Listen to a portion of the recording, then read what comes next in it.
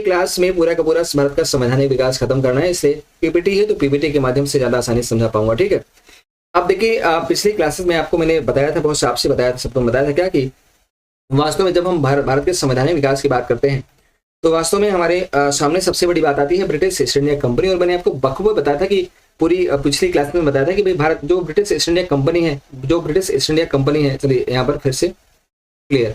अब जो British east India company है, मैंने आपसे कहा था कि भाई जो ब्रिटिश ईस्ट इंडिया कंपनी है ना, उसको अगर देखेंगे तो 1599 में ब्रिटिश ईस्ट इंडिया कंपनी की स्थापना होती है। ठीक है, 1599 में ईस्ट इंडिया कंपनी की स्थापना होती है।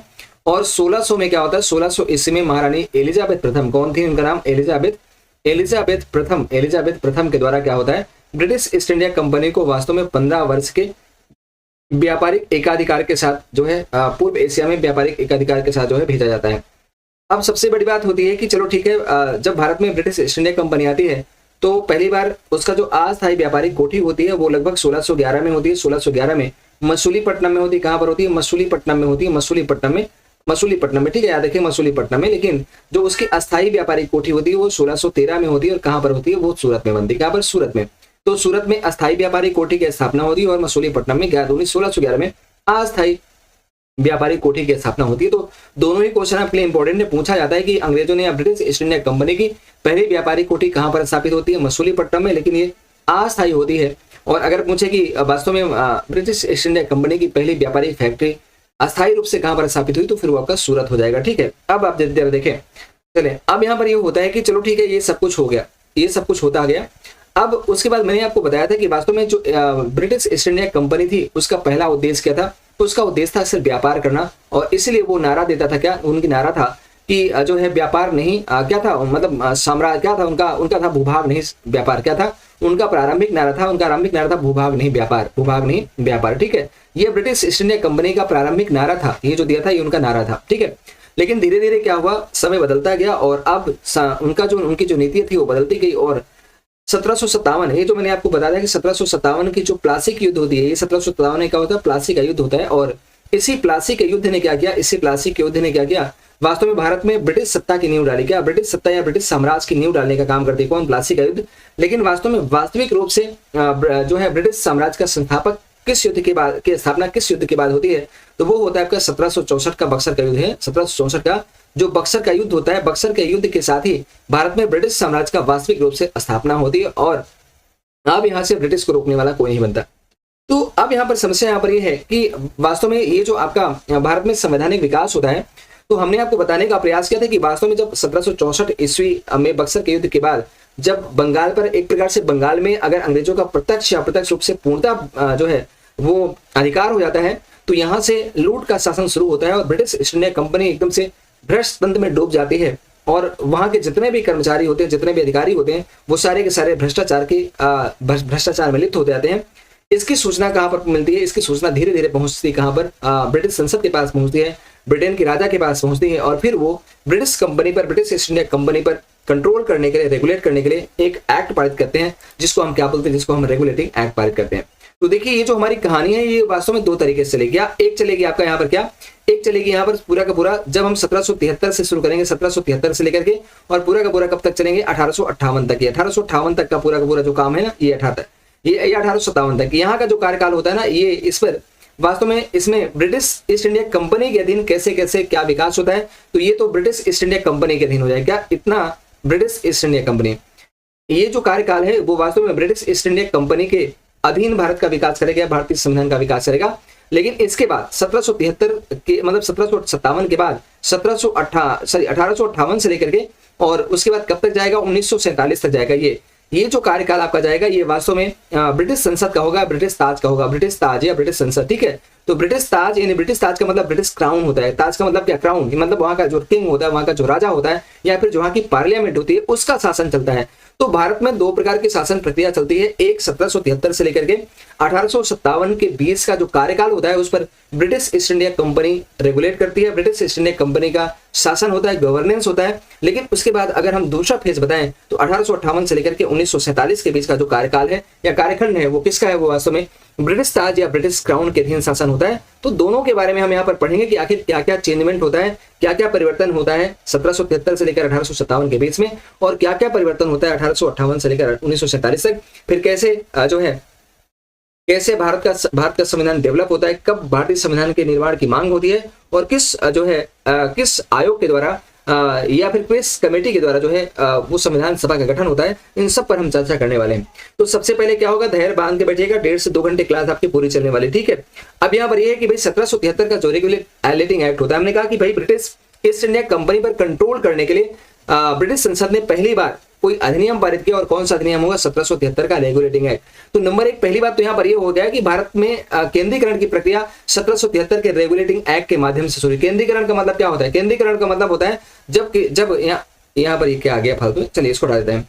केंद्रीकरण का मतलब यहाँ पर ये होता है कि वास्तव में ये सेंट्रलाइजेशन, यहाँ पर क्या सेंट्रलाइजेशन मतलब यहाँ पहले क्या था, पहले विकेंद्रीकरण था, पहले एकदम से क्या डिवाइडेशन था प्रशासन में भी और शासन में। लेकिन पहली बार ऐसा होता है कि वास्तव में सेंट्रलाइज किया गया, और पहली बार ब्रिटिश संसद क्या करती है, ब्रिटिश संसद वास्तव में ब्रिटिश ईस्ट इंडिया कंपनी के ऊपर कंट्रोल करने का प्रयास करती है। तो एक तो आपका यहाँ पर हुआ। अब यहाँ पर देखिए पहला जो नियम यहाँ पर कौन कौन से प्रावधान किए गए, तो प्रावधान आपका यहाँ पर हुआ कि यह भारत में ईस्ट इंडिया कंपनी के मामलों को नियंत्रित और विनियमित करने के लिए ब्रिटिश संसद द्वारा पहला अधिनियम है। मतलब अगर हम देखें तो भैया ये जो आपका दिया ना, ये ब्रिटिश संसद का द्वारा पारित पहला अधिनियम है, और इस अधिनियम के द्वारा क्या किया गया, ब्रिटिश ईस्ट इंडिया कंपनी के मामलों को नियंत्रित और विनियमित किया गया। मतलब अगर शायद ये रेगुलेटिंग एक्ट नहीं होता तो शायद ये जो लूटपाट का तंत्र था ना वो खत्म नहीं होता। लेकिन ये 1773 का रेगुलेटिंग एक्ट ही है जिसने फर्स्ट बार क्या किया, उसने ब्रिटिश ईस्ट इंडिया कंपनी को कंट्रोल करने का प्रयास किया, उसके रूल रेगुलेशन को कंट्रोल करने का प्रयास किया। और यही कारण है कि कहा जाता है कि पहली बार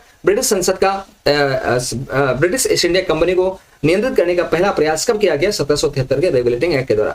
दूसरा प्रावधान यहाँ पर यह किया गया था कि इस अधिनियम के द्वारा बंगाल के गवर्नर को गवर्नर जनरल बनाया गया। कहाँ का गवर्नर जनरल, बोले सर बंगाल का गवर्नर जनरल। मतलब ये जो बंगाल का गवर्नर का पद होता था, मैंने आपको पिछली क्लास में बताया था कि बंगाल का जो पहला गवर्नर था, जो बंगाल का पहला गवर्नर था वो कौन था, वो क्लाइव था। कौन था, क्लाइव था। और बंगाल का जो अंतिम गवर्नर है, बंगाल का जो अंतिम गवर्नर है वो कौन है, वो आपका वारेन हेस्टिंग है। कौन था, वारेन हेस्टिंग है।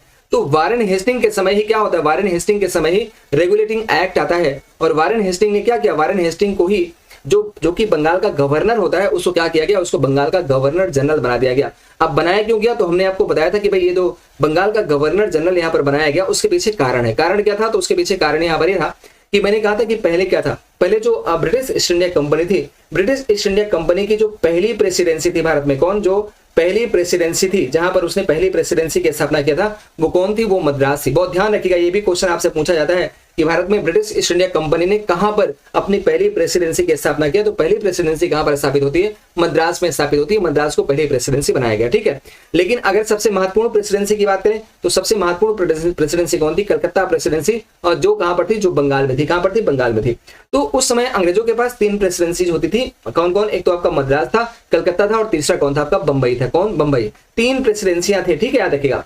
अब होता क्या है, इन तीनों प्रेसिडेंसियों पर गवर्नर करने, मतलब को गवर्न करने के लिए ना एक गवर्नर की नियुक्ति होती थी। क्या, एक गवर्नर की नियुक्ति होती थी। और उन गवर्नर्स के सारे गवर्नर्स के अधिकार लगभग सेम थे, उनके राइट्स सेम थे, उनके पास पावर सेम थी। मतलब कोई किसी से कम ज्यादा नहीं था। जैसे यू कैन से दैट कि जो आपका गवर्नर होते थे ना, वो जैसे आपका जिलाधिकारी हो गए, जैसे जिला के जिलाधिकारी होते हैं, उसी प्रकार से वास्तव में गवर्नर भी होते थे। तो जिला के जिलाधिकारी के समान गवर्नर, जितने भी प्रेसिडेंसी थी वहां के गवर्नर का पद और शक्तियां क्या थी, सेम थी। लेकिन 1773 के रेगुलेटिंग एक्ट के द्वारा एक परिवर्तन ये किया गया। क्या किया गया कि वास्तव में जो आपका बंगाल था, क्या, जो बंगाल था, बंगाल के अंतर्गत ये जो बंगाल था ना, बंगाल में 2 चीजों को शामिल कर दिया। किसको, बंगाल के अधीन आपका बंबई को भी कर दिया गया, और बंगाल के अधीन आपका मद्रास को भी कर दिया गया। किसे कर दिया गया, मद्रास को कर दिया गया। और जब बंबई और मद्रास को बंगाल के अधीन किया गया तो आप जरा बोलो भैया, बंगाल ऊपर हो गया, इन दोनों के ऊपर हो गया, इनको नीचे रख दिया गया। तो इसका मतलब है कि यहाँ का जो गवर्नर है उसकी शक्तियां बढ़ेंगी, उसका पद बढ़ेगा। क्योंकि अगर शक्तियां सेम रहेंगी, पद सेम रहेगा, तो फिर ये दोनों कभी भी इनके अधीनता स्वीकार नहीं करेंगे, ना तो इनकी बातों को मानेंगे। इसीलिए सुप्रीमता दिखाने के लिए, बंगाल को सुप्रीम बनाने के लिए, बंगाल को और ज्यादा ताकतवर बनाने के लिए यहाँ के गवर्नर के नाम को बदल दिया गया। और यहाँ के गवर्नर का जो पद था उसको समाप्त करके उसको हम गवर्नर जनरल के रूप में कर दिया गया। कब, 1773 के रेगुलेटिंग एक्ट के द्वारा, ठीक है। तो ये बात आप यहाँ पर ध्यान रखोगे। और वास्तव में जो बंगाल का पहला गवर्नर होता है वो कौन होता है, गवर्नर जनरल होता है वो कौन होता है भैया, वो होता है आपका वारेन हेस्टिंग। तो वारेन हेस्टिंग बंगाल का अंतिम गवर्नर होता है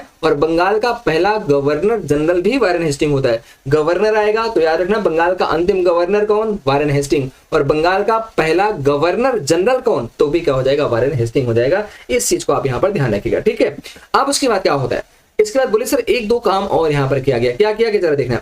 सबसे बड़ी बात यहाँ पर यह हुआ कि कुछ प्रावधान यहाँ पर और किए गए थे, जैसे कि पहली बात तो जो गवर्नर था, गवर्नर की सहायता के लिए क्या किया गया, गवर्नर की सहायता के लिए 4 सदस्यों वाली एक परिषद का गठन किया गया। क्या बस जो गवर्नर जनरल को सहायता दे सके, सहायता देने के लिए एक परिषद का गठन किया गया। और इनका ये परिषद थी ना, इसमें सदस्य क्या थी, निदेशकों की संख्या क्या थी, 4 थी। मतलब 4 सदस्य हुआ करते थे, 4 निदेशक हुआ करते थे और इनसे मिलकर एक परिषद होती थी। और इस परिषद का काम क्या था, इस परिषद का काम था बंगाल के गवर्नर जनरल को मतलब सहायता देना, उनको सुझाव देना। अब इस गवर्नर जनरल के जो परिषद में जो 4 सदस्य ना, उनके नाम भी यहाँ पर होते हैं। कौन कौन नाम था, एक तो आपका मानसन था, कौन था, एक आपका मानसन था, एक आपका वारबिल था, क्या था, वारबिल था, एक आपका क्लेवरिंग है, क्या, एक आपका क्लेवरिंग दिया है, और एक आपका दिया है फिलिप फ्रांसिस, क्या दिया है, फिलिप फ्रांसिस दिया है, फिलिप फ्रांसिस। तो इसको भी जरा सा आप यहाँ पर याद रखिएगा। ये चारों जो मैंने आपको बताने का प्रयास किया, क्या जो चारों व्यक्ति थे जो गवर्नर जनरल के कार्यकारिणी परिषद के 4 मेंबर थे, उसमें कौन था, मानसन था, वारबिल था, क्लेवरिंग था और फिलिप फ्रांसिस, ये चारों थे। उसके बाद एक काम और यहाँ पर क्या किया, एक काम यहाँ पर ये किया गया कि जो मेन है उसको दिखा रहा हूं, बाकी फर्जी चीज नहीं आपको पढ़ना है। अब यहाँ पर देखना एक काम और किया गया, क्या किया गया कि इसी रेगुलेटिंग एक्ट के द्वारा पहली बार क्या किया गया, 1774 में कलकत्ता में, कहां पर, कलकत्ता में एक सुप्रीम कोर्ट, एक सर्वोच्च न्यायालय की स्थापना हुई थी। और मैंने आपको बताया था कि ये जो आपका सर्वोच्च न्यायालय था, इसके ऊपर इसके निर्णय के खिलाफ केवल और केवल सुनवाई का अधिकार कहां पर था, बोलेंगे सर प्रिवी काउंसिल में था। कहां पर था, प्रिवी काउंसिल में था। और ये जो प्रिवी काउंसिल या प्रिवी काउंसिल है कहां पर था, ये वास्तव में इंग्लैंड में था, ये वास्तव में कहां पर था, लंदन था। तो वास्तव में कलकत्ता में जो इससे सर्वोच्च न्यायालय सुप्रीम कोर्ट में है, अगर सुप्रीम कोर्ट कोई निर्णय देती है और किसी को उस निर्णय से आपत्ति होती है तो वो व्यक्ति सुप्रीम कोर्ट के खिलाफ कहां पर अपील कर सकता था, प्रिवी काउंसिल में, प्रिवी काउंसिल क्या था, प्रिवी काउंसिल में वो अपील कर सकता था। लेकिन वास्तव में जो प्रिवी काउंसिल थी वो आसान नहीं थी, क्योंकि आम आदमी के लिए लंदन पहुंचना उसमें टेढ़ी खीर था। तो ये एक बहुत दुस्तर काम था, इसलिए कोई आदमी प्रिवी काउंसिल जा ही नहीं पाता था।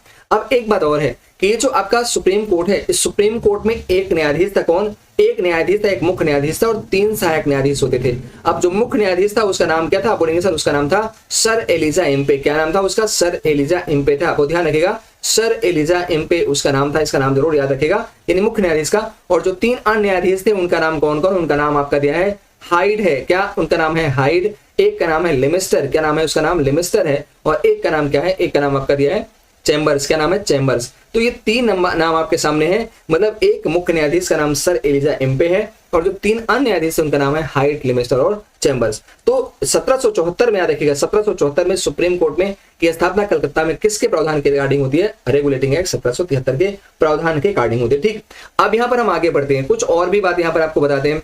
अब यहाँ पर जब 1773 का रेगुलेटिंग एक्ट समाप्त हो जाता है, मतलब जब 1773 का रेगुलेटिंग एक्ट पारित हो गया, खत्म हो गया, तो अब एक काम यहाँ पर क्या होता है, काम यहाँ, अच्छा एक बात यहाँ पर और होता है क्या, 1773 के रेगुलेटिंग एक्ट के द्वारा एक काम और होता है क्या, 1773 के रेगुलेटिंग एक्ट के द्वारा ये हुआ कि वास्तव में जो कंपनी के अधिकारी थे, क्या था, जो कंपनी के अधिकारी थे, कंपनी के अधिकारी, ठीक है, कंपनी के अधिकारियों को उपहार लेने पर रोक दिया गया, क्या, उपहार लेने पर रोक दिया गया, उपहार लेने पर रोक दिया गया, इसको आप यहाँ पर ध्यान रखिएगा, ठीक है, रोक दिया गया। ये पॉइंट आपके समझ में होना चाहिए कि वास्तव में एक पॉइंट और होता है कि पहले क्या था, पहले कंपनी के जितने भी ऑफिसर होते थे, चाहे वो गवर्नर हो या फिर क्लर्क हो या कोई और हो, उनका एक काम था कि भारतीयों से मोटे रकम लेना, भारतीयों से महंगे उपहार लेना, भारतीयों से तमाम सारे पैसे लेना। और ये क्या था, ये एक प्रकार का भ्रष्टाचार को बढ़ावा देने के जैसे है। वही वाली कंडीशन होती है कि जैसे आजकल की पार्टियां होती हैं, पार्टी क्या होती है, जो आजकल की राजनीतिक पार्टियां हैं वो करती क्या है, वो वास्तव में किसी से घूस नहीं लेती, क्योंकि जानती है अगर किसी से हम डायरेक्टली पैसा लेंगे काम करने के बदले तो हमारे ऊपर चंदा, मतलब हमारे ऊपर पैसा लेने का आरोप लग जाएगा। इसलिए क्या करते हैं, इसलिए वो बोलते हैं कि भैया मुझे मत पैसा दो, तुम पार्टी फंड के नाम पर 10-20 करोड़ रुपया दे दो। अब क्या हुआ, वो घूस भी ले लिए, वो उन्होंने लूट खसोट भी कर लिया और पता चला कि भैया पार्टी फंड पर तो लोगों ने चंदा दिया है, हमने घूस कहाँ मांगा। वही कंडीशन वहां पर क्या होता था, कंपनी के अधिकारी करते थे कि वो महंगे महंगे उपहार लेते थे, तगड़े वाले उपहार, पैसे वाले, अच्छा सोने चांदी के हार अपनी बेगम के लिए सब कुछ लेते थे। लेकिन होता क्या था, जब बात होती थी तो कहते भैया ये करप्शन हमने नहीं किया, हमने किसी से मांगा नहीं, बल्कि हमको लोगों ने क्या किया, उपहार दिया, और उपहार जो होता है ना तो उस पर टैक्स देना होता है, और ना ही वो चोरी का माल समझा जाता है। ठीक, तो ये कहानी आपकी यहाँ पर आती है। अब यहाँ पर क्या हुआ कि 1773 का जब रेगुलेटिंग एक्ट कंप्लीट हो गया ना, उसके बाद भी इसमें कुछ कमियां थी, और इसी को कमी को दूर करने के लिए क्या होता है, चूंकि मैंने आपसे कहा था कि पहले वारेन हेस्टिंग क्या था, वारेन हेस्टिंग आया था। अच्छा एक बात और, 1772 के रेगुलेटिंग एक्ट के दौरान ही क्या होता है, 1773 के रेगुलेटिंग एक्ट के दौरान ही 1772 में वास्तव में द्वैत शासन, चूंकि पहले क्लाइव ने बंगाल में द्वैत शासन लगाया था, और उस द्वैत शासन को 1772 में खत्म किसने किया था, वारेन हेस्टिंग ने किया था। अब एक बात समझना यहाँ पर यह है कि जब 1773 का रेगुलेटिंग एक्ट पारित तो हो गया, लेकिन उसमें अभी भी खामियां हैं। क्यों? क्योंकि वास्तव में सब लोग मिली भगत करके क्या कर डाले, हमने बताया था कि सब लोग मिली भगत करके वहां पर एक समस्या का ये पैदा किए कि 1773 में सब कुछ ठीक ठाक था, लेकिन कुछ समय के पश्चात क्या होता है कि जो वारेन हेस्टिंग होता है, वारेन हेस्टिंग भी अपने शक्तियों का दुरुपयोग करना शुरू करता है। क्या? अपनी शक्तियों का दुरुपयोग करना शुरू करता है, और वारेन हेस्टिंग भी घूस लेना शुरू करता है। ठीक है, बहुत लूट फसोट ये भी करता है। अब ऐसी कंडीशन में मैंने आपको बताया था कि इस पर पहले आरोप कौन लगाता है, इस पर पहले आरोप लगाते हैं 2-3 लोग होते हैं। एक तो घसीटी बेगम होती है, कौन होती है, एक आपका घसीटी बेगम होती है, एक नाम आपका होता है नंद कुमार, एक नाम कौन होता है आपका, नंद कुमार होता है, और एक नाम और होता है, नाम मेरे दिमाग से निकल गया, अभी आ जाएगा। ठीक है, तो कहने का मतलब ये जो लोग होते हैं ना, ये करते क्या है, ये वास्तव में वारेन हेस्टिंग के ऊपर आरोप लगाते हैं। लेकिन हुआ क्या, वारेन हेस्टिंग ने, अगर आपको याद हो तो आप मुझे बताओ, पिछले क्लास में मैंने बताया था इसका नाम घसीटी बेगम, नंद कुमार और एक और चैत कुमार, याद आ गया, चैत कुमार। ठीक है, चैत कुमार, ये 3 होते हैं जो वारेन हेस्टिंग के ऊपर भ्रष्टाचार का आरोप लगाते हैं शुरू में, लेकिन वारेन हेस्टिंग उस पर ध्यान नहीं देता। लेकिन बाद में क्या करता है, बाद में इन तीनों के खिलाफ वह सुप्रीम कोर्ट में मुकदमा दायर करता है, और कालांतर में जो वहां का मुख्य न्यायाधीश होता है एलिजा इम्पे के साथ साठगांठ कर लेता है। और जब साठगांठ कर लेता है तो सर एलिजा इम्पे ने क्या किया, इनको दोषी ठहरा दिया और इनको फांसी की सजा सुना दिया। क्या सुना दिया? फांसी की सजा सुना दिया। अब ये जो आपका नंद कुमार था ना, एक था, ये वास्तव में नंद कुमार वास्तव में कंपनी का एक कर्मचारी था।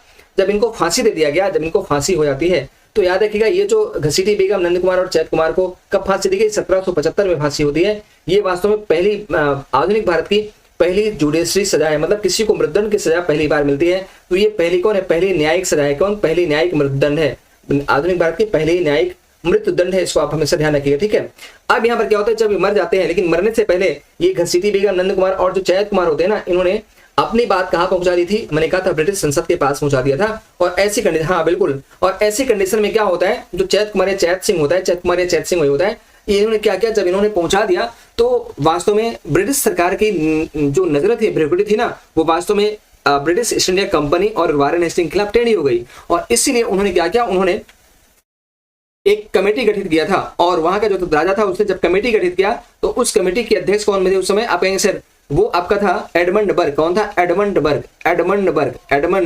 बर्ग की अध्यक्षता में एक कमेटी गठित होती है। और बाद में इस कमेटी ने ही क्या किया, इस कमेटी के सुझाव पर ही एक नया एक्ट आया, एक संशोधित एक्ट आया, जिसको हम क्या बोलते हैं, जिसको हम एक्ट ऑफ सेटलमेंट बोलते हैं। क्या? एक्ट ऑफ सेटलमेंट 1781 बोलते हैं। तो ये वास्तव में जो आपका यहाँ पर एक्ट है ना, ये 1781 का जो एक्ट ऑफ सेटलमेंट है भैया, इसको हम निपटान अधिनियम भी बोलते हैं। क्या? इसको हम निपटान अधिनियम भी बोलते हैं। ये वास्तव में किसके सिफारिश पर लाया गया था? एडमंड बर्ग की सिफारिश पर से लाया गया था। अब सबसे बड़ी बात है, इसका उद्देश्य क्या था? तो इसका मकसद था 1773 के रेगुलेटिंग एक्ट की कमियों को दूर करना। ठीक है, और याद रखिएगा इसमें ये अधिनियम था ना, इसे हम घोषणात्मक अधिनियम 1881 के नाम से भी जानते हैं। तो कहने का मतलब एक्ट ऑफ सेटलमेंट के 3 नाम हुए। कौन कौन? एक तो आपका निपटान अधिनियम इसे बोलते हैं, इसे 1781 का एक्ट ऑफ सेटलमेंट बोलते हैं, और इसे ही हम क्या बोलते हैं, इसे हम घोषणात्मक अधिनियम 1781 बोलते हैं। ठीक है, तो तीनों आप याद रखिएगा। अब प्रश्न यहाँ पर यह है कि क्या क्या बातें इसमें की गई, क्या हुई। तो सबसे पहली बात तो क्या करेंगे, क्योंकि अब क्या था, अभी जुडिशरी भी कहीं ना कहीं प्रशासन के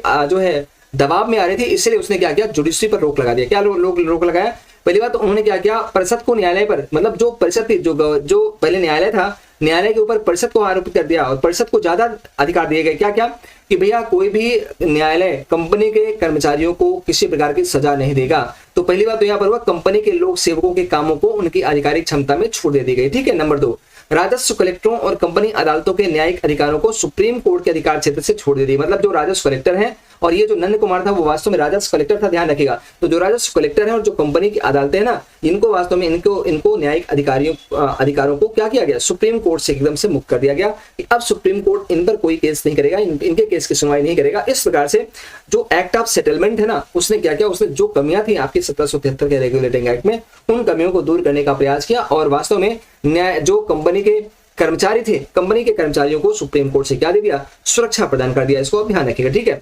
इसके बाद फिर आगे बढ़ेंगे। अब इसके बाद एक एक्ट और आएगा 1784 का, और 1784 का पिट्स इंडिया एक्ट बहुत इंपॉर्टेंट है, ठीक है, याद रखिएगा। तो प्रश्न यहाँ पर ये उठता है कि आखिर 1784 का पिट्स इंडिया एक्ट है क्या, तो इसके बारे में ध्यान रखिएगा।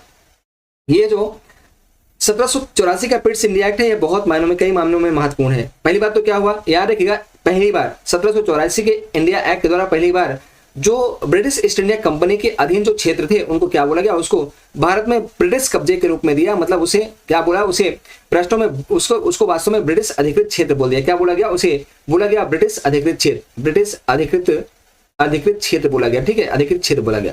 तो एक काम तो यहाँ पर हुआ कि अभी तक उनको नाम नहीं दिया गया था, लेकिन पहली बार ऐसा हुआ है कि 1784 के पिट्स इंडिया एक्ट के द्वारा जिन क्षेत्रों पर ब्रिटिश ईस्ट इंडिया कंपनी का अधिकार था, उसको वास्तव में क्या बोला गया, भारत में ब्रिटिश कब्जे वाली भूमि बोला गया, या फिर उसे ब्रिटिश अधिकृत क्षेत्र बोला गया, ठीक है। ब्रिटिश एक प्रकार से ब्रिटिश कैप्चर्ड या ब्रिटिश रूल्ड एरिया बोला गया, इसको आप ध्यान रखिए, ठीक है। तो क्या था, ये प्रकार से ब्रिटिश रूल था, ब्रिटिश रूल्ड एरिया था, ब्रिटिश रूल्ड एरिया था, ब्रिटिश रूल्ड एरिया, ठीक है, इसको आप ध्यान रखिए, एरिया था।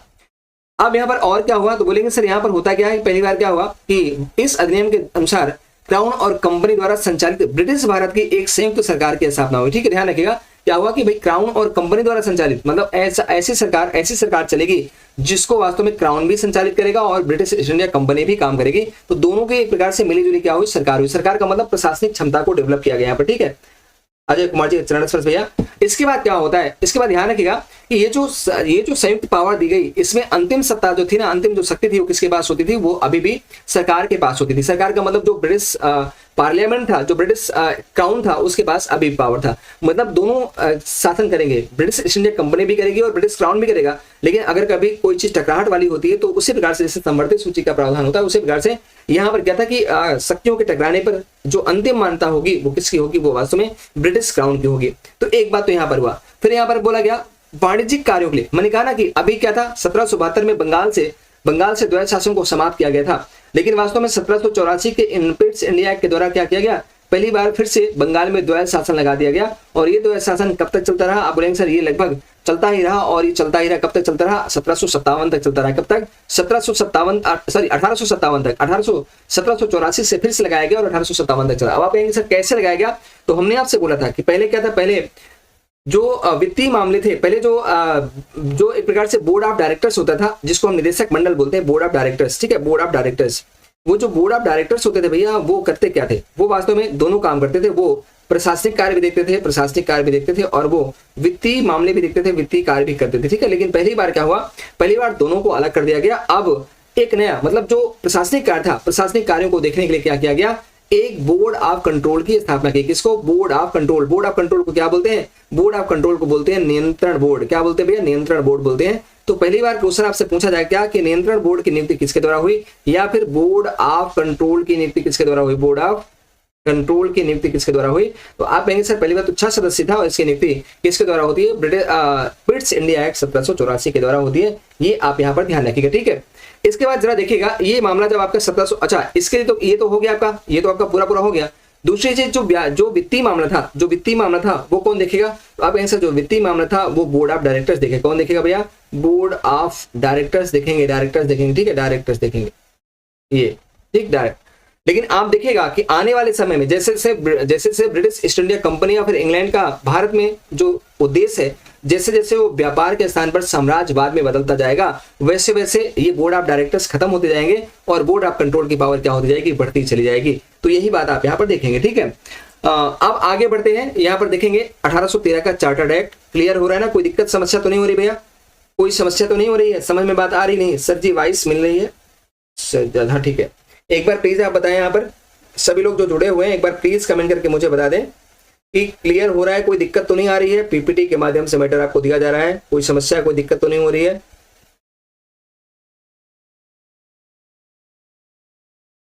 चलें,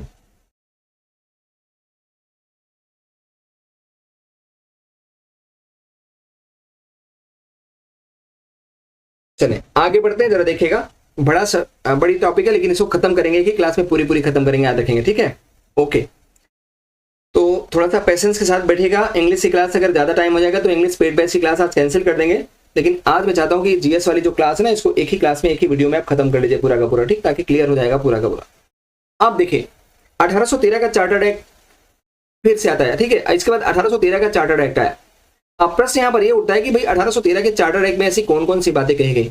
तो देखिए जो है आकार बढ़ता जा रहा था, ब्रिटिश ईस्ट इंडिया कंपनी का आकार बढ़ रहा था, शक्तियां बढ़ रही थी और इस प्रकार से नए नए जो है प्रावधान उसके लिए लाए जा रहे थे। तो 1813 का जो चार्टर्ड एक्ट है वो बहुत इंपॉर्टेंट है, बहुत ज्यादा इंपॉर्टेंट है आपके लिए। क्यों? 3-4 प्रावधान बहुत इंपॉर्टेंट है। पहली बात क्या? पहली बात तो यह है कि इसके द्वारा पहली बार जो ब्रिटिश ईस्ट इंडिया कंपनी का व्यापारिक एकाधिकार था ना, उसे समाप्त कर दिया गया। केवल 2 पर व्यापारिक एकाधिकार अभी भी बना था। वो कौन था? वो था आपका चाय के साथ चाय पर व्यापार, और दूसरा था चीन के साथ व्यापार। तो चाय व्यापार और चीन के साथ व्यापार, इन 2 को छोड़कर बाकी ब्रिटिश ईस्ट इंडिया कंपनी के समस्त जो व्यापारिक एकाधिकार थे वो क्या हो गया? समाप्त हो गया। दूसरी बात यहाँ पर यह है कि कंपनी के विशेषाधिकारों का नवीनीकरण कर दिया गया। मतलब जो कंपनी के विशेषाधिकार थे उनका नवीनीकरण किया गया, लेकिन क्राउन ने भारतीय क्षेत्रों पर संप्रभुता का दावा किया। मतलब जो ब्रिटिश क्राउन था उसने एक बार दावा करने का प्रयास किया कि वास्तव में अब भारतीय क्षेत्रों को ब्रिटिश क्षेत्र के अधीन मिलाया जाए, लेकिन याद रखिएगा कंपनी के विशेषाधिकारों का नियंत्रण किया गया और वास्तव में कंपनी के व्यापारिक एकाधिकार को 20 साल तक, क्या जो उनके प्रशासनिक और व्यापारिक अधिकार थे उनको 20 वर्ष के लिए क्या किया गया? 20 वर्ष के लिए बढ़ाया गया। तो 20 वर्ष के लिए पहली बार क्या बढ़ाया गया भाई? 1813 के चार्टर्ड एक्ट के द्वारा बढ़ा दिया गया 20 वर्षों के लिए। उसके बाद क्या हो जाएगा? फिर देखिएगा जो वास्तव में नियंत्रण बोर्ड था, नियंत्रण बोर्ड मैंने आपसे कहा था कि जो बोर्ड ऑफ कंट्रोल है, आप देखते जाएगा कि बोर्ड ऑफ कंट्रोल की शक्ति लगातार उत्तरोत्तर बढ़ती जाएगी। क्यों? क्योंकि भारत में जो ब्रिटिश ईस्ट इंडिया कंपनी थी उसका उद्देश्य बदल रहा है। पहले उसका उद्देश्य था व्यापार करना और धीरे धीरे उसका उद्देश्य व्यापार से हटकर कहां पर चली गई? साम्राज्यवादी नीतियों पर बढ़ने लगी। और जैसे जैसे उसका नीति साम्राज्यवाद की तरफ ज्यादा बढ़ेगी वैसे वैसे जो बोर्ड ऑफ ट्रेड है ना, जो आपका एक प्रकार से व्यापार बोर्ड था जिसके पास वित्तीय शक्ति थी, वो धीरे धीरे कमजोर हो जाएगा और वास्तव में जो बोर्ड ऑफ कंट्रोल है, नियंत्रण बोर्ड है, वो क्या हो जाएगा? वो आपका हमेशा बढ़ता जाएगा और एक समय ऐसा आएगा जब एक प्रकार से यही रहेगा। तो एक तो यहां पर हुआ। दूसरी बात यहां पर हुआ कि वास्तव में पहली बार भारत में शिक्षा के प्रचार प्रसार पर खर्च करने के लिए प्रतिवर्ष 1 लाख रुपए खर्च करने के लिए क्या किया गया? वास्तव में पहली बार बजट, मतलब एक प्रकार से अनुदान दिया गया। पहली बार 1 लाख रुपए का अनुदान की व्यवस्था भारतीय शिक्षा पर खर्च करने के लिए किया गया। और आप देखिएगा मैंने आपको बताया था कि यही 1 लाख रुपया 1813 के किस जो है धारा के द्वारा दिया गया था? तो आपका आर्टिकल 43, क्या आर्टिकल 43 धारा 43 के द्वारा ही वास्तव में 1 लाख रुपए की व्यवस्था की गई थी। लेकिन याद रखिएगा कालांतर में ये जो आपका 1 लाख रुपए है ना, यही झगड़े का जड़ बन जाएगा और यही बाद में प्राच्य पाश्चात्य विवाद को जन्म देता है, जिसको बाद में सुलझाया कौन? लॉर्ड मैकाले सुलझाता है। अब एक बात और ध्यान रखिएगा यहाँ पर, क्या कि यहाँ पर मिशनरियों को भारत में ईसाई धर्म का प्रचार करने की अनुमति दी गई। मतलब 1813 के चार्टर के द्वारा क्या किया गया? जो मिशनरीज थे, जो ईसाई मिशनरी थे, उनको भारत में ईसाई धर्म का प्रचार करने की छूट दी गई कि आप जाइए और भारत में ईसाई धर्म का प्रचार करिए। तो 2-3 पॉइंट जो मैंने आपको बताया क्या है? पहली बात तो यहाँ पर यह है कि व्यापारिक एकाधिकार को समाप्त किया गया। दूसरी बात थी भारतीय शिक्षा पर व्यय के लिए 1 लाख रुपए अनुदान की व्यवस्था की गई। और तीसरी बात जो आपकी थी कि भारत में ईसाई धर्म को प्रचार करने की अनुमति दी गई। और चौथी बात कि वास्तव में व्यापार की शक्ति को 20 वर्ष के लिए क्या किया गया? बढ़ा दिया गया। ठीक, इसके बाद क्या होता है? 1813 के चार्टर के बाद फिर क्या आता है? 1833 का चार्टर है। क्या ये ध्यान रखिएगा, 1833 का चार्टर एक्ट आता है। अब प्रश्न यहाँ पर यह है कि जो 1833 का चार्टर्ड एक्ट है उसमें कौन कौन सी ऐसे मुख्य बातें हैं कहीं तो मैंने कहा भैया सोने पर सुहागा वाली बात है। 1833 का चार्टर्ड एक्ट कम महत्वपूर्ण नहीं है, बढ़िया महत्वपूर्ण है, इसलिए इसको भी ध्यान रखिए। क्या कहा गया कि वास्तव में जो कंपनी के पास चीन और चाय पर व्यापार का अधिकार था, चीन और चाय पर, उसे भी क्या किया गया? उसे भी 1833 के इस चार्टर अधिनियम के द्वारा क्या किया? समाप्त किया गया। नंबर 1, ठीक है। नंबर 2 क्या किया गया? नंबर 2 यहाँ तो पहली बात यहाँ पर क्या है कि याद रखिएगा हमने कहा कि पूर्णतः व्यापारिक एकाधिकार क्या हुआ? व्यापारिक एकाधिकार पूर्णतः समाप्त हुआ। व्यापारिक अधिकार पूर्णतः समाप्त हो गए, पूर्णतः समाप्त हो गए। ठीक है, ध्यान रखिएगा। मतलब जो चाय और चीन पर था वो भी क्या हुआ? वो भी आपका समाप्त कर दिया गया, उसे भी क्या किया गया? समाप्त किया गया।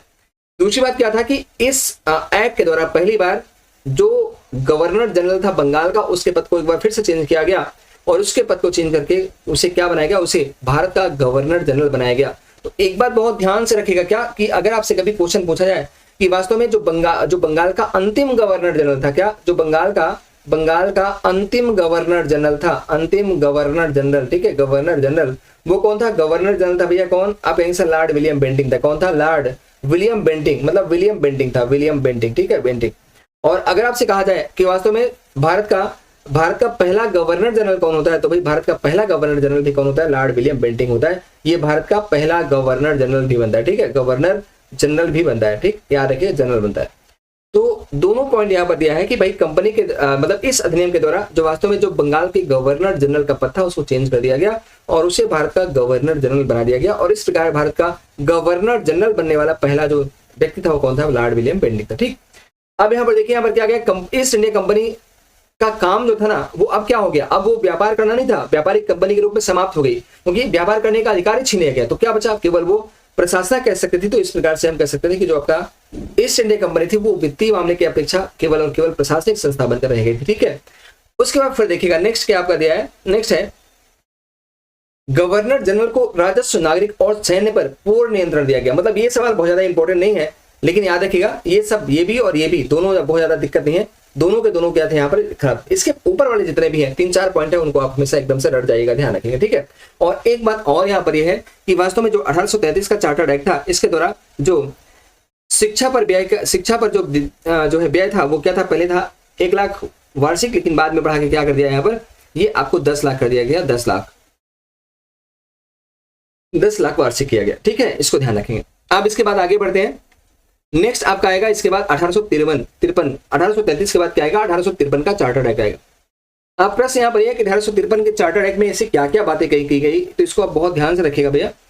1853 का जो चार्टर्ड एक्ट था, पहली बात तो बहुत इंपॉर्टेंट यहाँ पर यह है कि इसमें सिविल सेवा परीक्षा शुरू हुई। आप देखिए यहाँ पर क्या होता है कि एक पॉइंट आपको समझना है। अगर मैं बोलूं आपसे कि भाई सिविल सेवा परीक्षा की बात कराएं, वैसे सिविल सेवा की शुरुआत किसने किया था? सिविल सेवा की शुरुआत किसने किया? तो सिविल सेवा को शुरू करने वाला कौन था? आपका आंसर कार्नवालिस था। कौन? कार्नवालिस था, ठीक है। और लेकिन सिविल सेवा उस समय जब हुई थी तो सिविल सेवा का आधार वास्तव में परीक्षा नहीं, सिविल सेवा में चयन का आधार वास्तव में परीक्षा नहीं था। इस 1853 के चार्टर अधिनियम के द्वारा पहली बार सिविल सेवा परीक्षा की शुरुआत हुई। मतलब सिविल सेवा में चयन का आधार क्या बन गया? चयन का जो आधार बना वो क्या बन गया? वो आधार आपका परीक्षा बन गया। क्या बन गई? परीक्षा बन गई, याद रखिएगा। तो पहली बार परीक्षा के द्वारा क्या किया गया? सिविल सेवकों की नियुक्ति शुरू हो गई, ठीक है। अब प्रश्न यहाँ पर यह कि 1853 का चार्टर जब आया था उस समय भारत का जो गवर्नर जनरल था वो कौन था? तो आपका आंसर उस समय था आपका लॉर्ड डलहौजी। कौन था? लॉर्ड डलहौजी। और लॉर्ड डलहौजी ने ही वास्तव में क्या किया? उसने ही जो है सिविल सेवा परीक्षा की शुरुआत करवाई थी। उसने ही सिविल सेवा का माध्यम परीक्षा के द्वारा सिविल सेवकों की नियुक्ति परीक्षा के द्वारा कराने की बात की गई थी, ठीक। अब इसके बाद आप आगे बढ़े, इसमें और क्या कहा गया? बोले सर यहाँ पर गवर्नर जनरल के कार्यकारी और विधायी कार्यों को अलग कर दिया गया। मतलब 1853 के चार्टर अधिनियम के द्वारा क्या किया गया?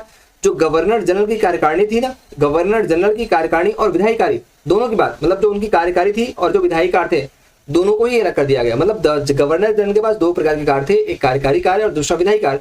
तो उन्होंने क्या किया? उन्होंने दोनों को एकदम से पृथक कर दिया, अलग कर दिया, ठीक है। नेक्स्ट पॉइंट यहाँ पर यह आता है कि इस अधिनियम के तहत, ये जो आपका अधिनियम आता है ना, इस अधिनियम के तहत विधान परिषद में 6 नए सदस्यों को शामिल करने का प्रावधान किया गया है, जिसमें 4 सदस्य बंगाल, बंबई, मद्रास और आगरा की अनंतिम सरकारों द्वारा चुने जाएंगे। तो ये सारे पॉइंट बहुत इंपॉर्टेंट नहीं है, ठीक है। 1853 के एक्ट के प्रावधानों के अनुसार गवर्नर जनरल की विधान परिषद को केंद्रीय विधान परिषद के रूप में जाना जाने लगा। इसको जरूर आप थोड़ा ध्यान रखिएगा, क्योंकि हो सकता है मे भी क्वेश्चन आपसे पूछ बैठे कि जो 1853 का चार्टर्ड एक्ट है उसके द्वारा यह प्रावधान किया गया था क्या कि जो गवर्नर जनरल की विधान परिषद होगी उसको केंद्रीय विधान परिषद के रूप में जाना जाएगा, ठीक है। तो ये सारे के सारे 1853 के प्रावधान है। और अगर आपसे मैं बोलूं कि वह पहला भारतीय जिसने सिविल सेवा की परीक्षा उत्तीर्ण की थी, तो आप क्या कहोगे? आप बोलोगे सर वो जो पहला भारतीय है ना वो है आपका सत्येंद्रनाथ टैगोर। क्या है? वो आपका सत्येंद्रनाथ टैगोर है, सत्येंद्रनाथ टैगोर, ठीक। अब यहाँ पर हम लोग आगे बढ़ते हैं भैया और चलते हैं भारत शासन सरकार अधिनियम 1858। बहुत ध्यान से देखिएगा, बहुत कुछ यहाँ पर आपको सीखने को मिलेगा। और आप जो है पढ़े भी हैं, काफी कुछ इसमें पढ़े भी हैं। जब आप ब्रिटिश ईस्ट इंडिया कंपनी के अधीन जब आप जो है 1857 की क्रांति पढ़ रहे थे तो उसमें हमने बहुत कुछ आपको बताया था। अब देखिए होता क्या है, ये आखिर भारत सरकार अधिनियम 1858 क्यों आया? क्योंकि बोले सर क्योंकि 1857 में एक बहुत भयानक विद्रोह हुआ था और उसी विद्रोह को शांत करने के लिए, उसी विद्रोह से सबक लेकर के जो है 1858 का भारत सरकार अधिनियम भेजा गया था। और याद रखिएगा ये जो भारत सरकार अधिनियम 1858 भेजा गया था उस समय भारत का गवर्नर जनरल कौन था? तो आप यहीं से लॉर्ड कैनिंग था। कौन था? लॉर्ड कैनिंग, लॉर्ड कैनिंग, ठीक है। अब आप जरा देखें क्या क्या प्रावधान इसमें कहे गए, क्या क्या प्रावधान किए गए। तो नंबर 1 यहाँ पर यह है कि पहली बात, ब्रिटिश संसद द्वारा पारित भारत सरकार अधिनियम 1858 ने ईस्ट इंडिया कंपनी के शासन को समाप्त कर दिया। अब एक बात ध्यान रखिएगा कि जो 1853 का अधिनियम था, 1853 के अधिनियम के द्वारा यह अधिकार दिया गया था ब्रिटिश संसद को, क्या दिया गया था कि वो जब चाहे भारत में कंपनी के शासन को समाप्त कर सकती है। ये बात 1853 में की गई थी और उसी के सिफारिश के आधार पर 1858 का जो अधिनियम आता है उसके द्वारा भारत में ब्रिटिश ईस्ट इंडिया कंपनी की प्रशासनिक क्षमता को ही खत्म कर दिया। तो अब एक सवाल यहाँ पर ये जबरदस्त पूछा जाता है क्या कि वास्तव में जैसे हमने अभी कहा था, पहली बात क्या हुआ, 1813 में ब्रिटिश ईस्ट इंडिया कंपनी के व्यापारिक एकाधिकार को समाप्त किया गया, केवल 2 को छोड़कर, चाय और चीन पर। दोबारा 1833 में उसकी व्यापारिक एकाधिकार को पूर्णतः समाप्त किया गया था, केवल उसका कार्य प्रशासन करना रह गया था। लेकिन अब 1858 के भारत शासन अधिनियम के द्वारा क्या किया गया, ब्रिटिश ईस्ट इंडिया कंपनी की प्रशासन क्षमता को भी खत्म कर दिया गया, उसके प्रशासनिक अधिकार को भी समाप्त कर दिया गया, ठीक है। और जो भारत की सत्ता थी वो किसको हस्तांतरित कर दी गई, ब्रिटिश क्राउन को। ब्रिटिश क्राउन का मतलब होता है ब्रिटिश ताज को या ब्रिटिश संसद को हस्तांतरित की गई। अब एक बात यहाँ पर आपको और समझना है, क्वेश्चन पूछा जाता है, क्या पूछा जाता है, क्वेश्चन पूछ लेगा कि वह अधिनियम जो ब्रिटिश ईस्ट इंडिया कंपनी के लिए क्या बना, जो है कब्रगाह बना, वह अधिनियम जो ब्रिटिश ईस्ट इंडिया कंपनी का कब्रगाह बना। तो कब्रगाह का मतलब क्या होता है, कब्रगाह का मतलब होता है कि किसी चीज को कब्र के अंदर गाड़ देना ताकि वह फिर से ना उठ पाए। तो वही चीज है क्या है कि पहली बात क्या था, पहले जो ब्रिटिश ईस्ट इंडिया कंपनी के पास व्यापारिक अधिकार और प्रशासनिक अधिकार दोनों थे, फिर पहले व्यापारिक अधिकार को काटा गया, फिर बाद में प्रशासनिक अधिकार को भी पूरी तरह से काट दिया गया। तो अब ब्रिटिश ईस्ट इंडिया कंपनी का काम ही क्या रह जाएगा, कुछ नहीं हो जाएगा। तो यहां याद रखिएगा कि किस अधिनियम को ब्रिटिश ईस्ट इंडिया कंपनी का कब्रगाह कहा जाता है, तो क्या बोलेंगे, भारत सरकार अधिनियम 1858 को माना जाता है, ठीक है। तो यहां पर एक बात तो ये हो गई। दूसरी बात यहां पर, चलो ठीक है भैया, शासन समाप्त हो गया ब्रिटिश ईस्ट इंडिया कंपनी का और भारत में ब्रिटिश क्राउन का शासन लागू हो गया। लेकिन एक बात यहां पर यह है कि आखिर ब्रिटिश क्राउन और भारतीय जनता या भारतीय गवर्नर के बीच में वास्तव में मध्यस्थता का काम कौन करेगा, रोल मॉडल का काम कौन करेगा, तो वो काम करेगा भारत सचिव। और क्वेश्चन बहुत शानदार है भैया, क्या कि किस अधिनियम के द्वारा पहली बार भारत सचिव नामक पद का नियुक्ति की गई है। तो आप याद रखिएगा कि वास्तव में कौन हो जाएगा आपका 1858 का अधिनियम है, जिसके द्वारा पहली बार भारत सचिव के पद का क्या किया गया, सृजन किया गया भैया, ठीक है, याद रखेंगे।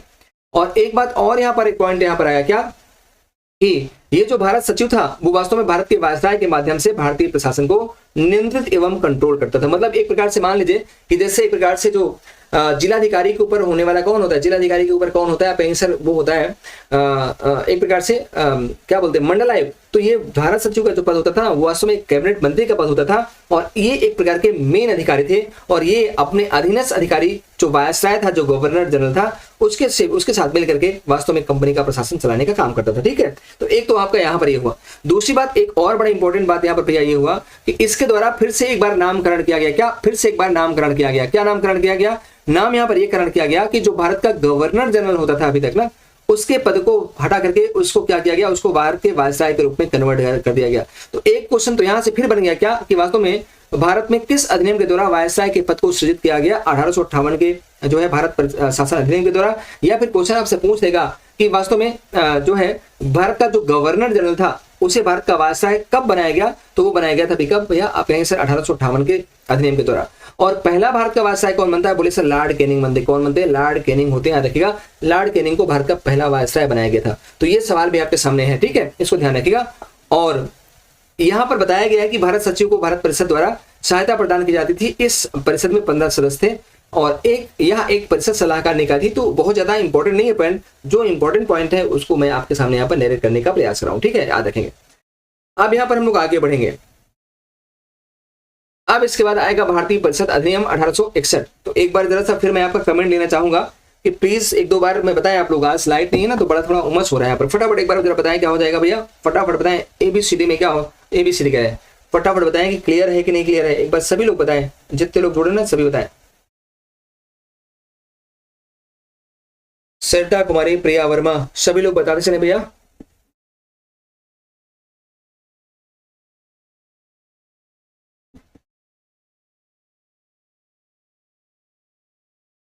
चलिए बताएं।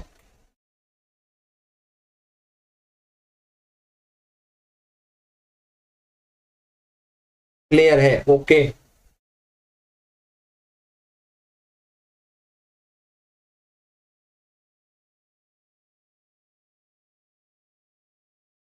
चलिए, बहुत सुंदर, बहुत खूब। थोड़ी सी मैं जल ग्रहण कर लूँ 1 मिनट, तब तक आप लोग, हाँ ओके ओके, बढ़िया, बहुत सुंदर। थोड़ा सा जल ग्रहण कर लूँ फिर मैं बैठता हूँ, ठीक है। देखिए जरा सा जल है क्या यहाँ पर, अगर जल हो तो मैं थोड़ा जल ग्रहण कर लूँ। अच्छा कि जल पड़ा हुआ है।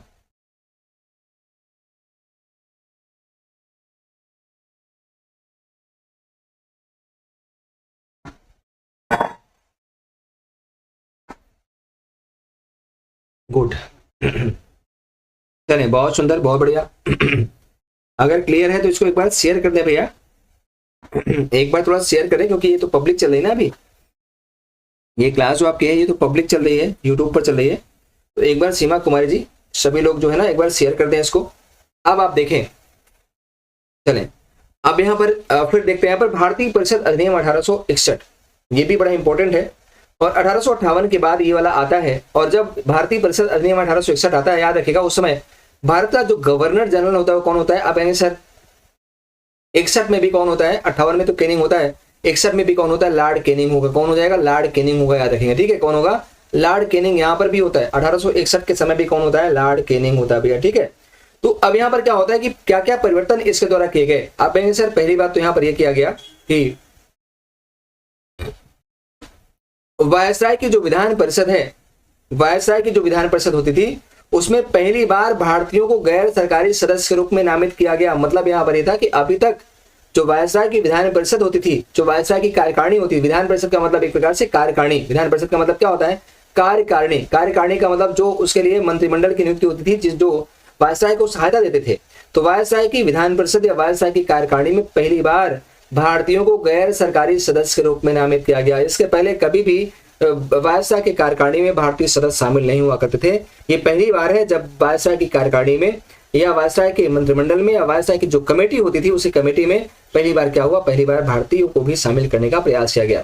दूसरी बात क्या हुआ? प्रांतों और केंद्र में विधान परिषद की स्थापना की गई। मतलब प्रांतों में भी विधान परिषद की स्थापना हुई और केंद्र में भी क्या की गई? विधान परिषदों की स्थापना की गई। उसके बाद और क्या पॉइंट किया गया इसके द्वारा? आप कहेंगे सर बंबई और मद्रास प्रांतों की विधायी शक्तियां बहाल थी। मतलब जो बंबई और मद्रास प्रांत थे उनकी विधायी शक्तियां भी क्या कर दी गई? बहाल कर दी गई। और यहाँ पर की गई पंजाब, उत्तर पश्चिमी सीमा प्रांत, बंगाल और प्रांतों में विधान परिषदें शुरू की गई। तो भैया जो यहाँ पर जो क्वेश्चन है ना वो सब के सब बकवास है।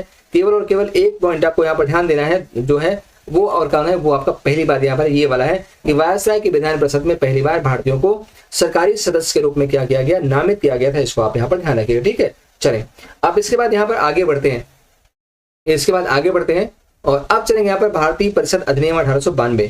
अब देखिए ये आपके लिए बहुत सुंदर है, बहुत इंपॉर्टेंट है। क्यों? क्योंकि यहाँ से सीधे क्वेश्चन आपके आयोग ने पूछे हैं, एक दो क्वेश्चन यहाँ से निकला है। कौन कौन सा को जरा देखिएगा।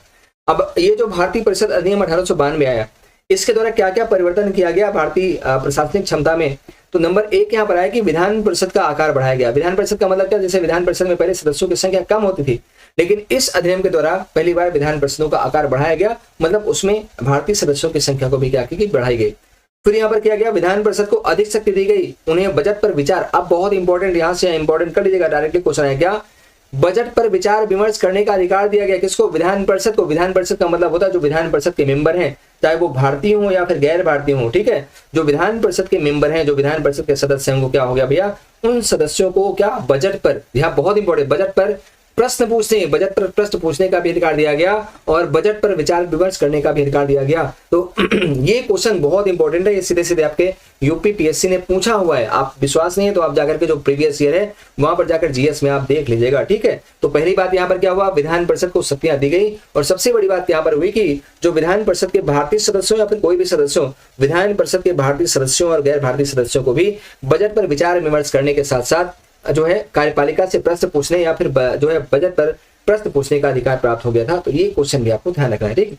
दूसरी बात यहाँ पर ये हुआ कि पहली बार अप्रत्यक्ष चुनाव शुरू किए गए। मतलब अभी क्या था? पहले प्रत्यक्ष चुनाव होता था, लेकिन पहली बार अप्रत्यक्ष चुनाव शुरू किए गए, मतलब छिप के चुनाव शुरू किए गए। फिर यहाँ पर क्या हुआ? प्रतिनिधित्व का सिद्धांत भारतीय विधान परिषद 1892 में दिए गए प्रावधानों के अनुसार पेश किया गया। मतलब रिप्रेजेंटेटिव का सिद्धांत प्रिंसिपल क्या होता है? आप बोलेंगे यहाँ पर क्या होता है भैया?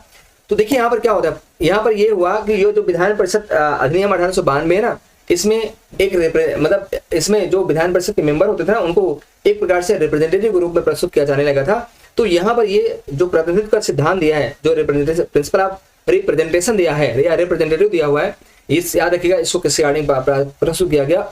1892 के प्रावधान के अनुसार प्रस्तुत किया गया। लेकिन उसमें भी हमेशा ध्यान रखिएगा, इसमें भी केवल दो ही पॉइंट इंपॉर्टेंट है जो मैंने आपको बताया। दो पॉइंट कौन है? केवल दो पॉइंट में एक तो आपका ये है, बहुत इंपॉर्टेंट नहीं है, लेकिन दूसरा बहुत इंपॉर्टेंट है। तो दोनों ध्यान रखना है कि वास्तव में बजट पर विचार विमर्श करने और बजट पर प्रश्न पूछने के संदर्भ पूछने का अधिकार भारतीयों को किस अधिनियम के द्वारा दिया गया था? आपका हो जाएगा कौन? 1892, ठीक है, 1892। इसके बाद फिर आगे बढ़ेंगे हम लोग, आगे देखें।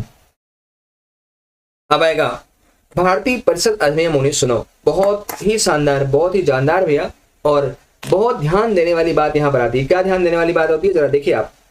पहली बात तो यहाँ पर हुआ कि भारतीय परिषद 1909 ये वास्तव में लॉर्ड मिंटो के द्वारा लाया गया था। लॉर्ड मिंटो के द्वारा, क्योंकि लॉर्ड जो आपका मिंटो है ना, मिंटो, उस समय लॉर्ड मिंटो भारत का गवर्नर जनरल था, भारत का वायसराय था, वायसराय। और उस समय एक और था मार्ले, मार्ले था। मार्ले कौन था? मार्ले आपका भारत का सचिव था, सचिव। तो मार्ले भारत सचिव था और लॉर्ड मिंटो क्या था? भारत का वायसराय था। अब इन दोनों ने मिलकर क्या किया? इन दोनों ने मिलकर के वास्तव में कुछ सुधार किए, और इनके द्वारा जो अधिनियम लाया गया उसे हम क्या बोलते हैं? उसे हम मार्ले मिंटो सुधार बोलते हैं। क्या बोलते हैं? मार्ले मिंटो सुधार बोलते हैं, या फिर भारतीय परिषद अधिनियम 1909 बोलते हैं।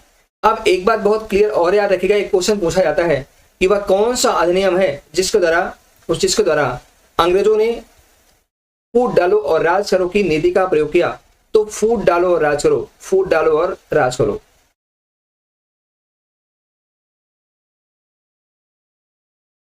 फूट डालो राज करो की नीति का पालन किसने किया था? किसमें अंग्रेजों ने प्रत्यक्षता फूट डालो राज करो की नीति को का प्रयोग किया था? तो क्या हो जाएगा? 1909 का भारतीय परिषद अधिनियम, जिसे हम मार्ले मिंटो सुधार बोलते हैं। अब आप कहेंगे सर इसमें क्या किया गया? ऐसा कौन सा काम कर दिया लॉर्ड मिंटो ने जिसकी वजह से ये कहा गया कि वास्तव में उसने फूट डालो और राज करो की नीति का अनुसरण किया? तो आप कहेंगे सर उसने एक काम किया था। क्या? उसने मुसलमानों को संप्रदाय के आधार पर पृथक निर्वाचन की व्यवस्था कर दिया। और ये याद रखिएगा, भारत में बहुत गंदा काम होने जा रहा है। अभी तक क्या था? अभी तक किसी को संप्रदाय के आधार पर निर्वाचन की व्यवस्था नहीं थी, लेकिन लॉर्ड मिंटो ने और लॉर्ड मार्ले ने मिलकर क्या किया?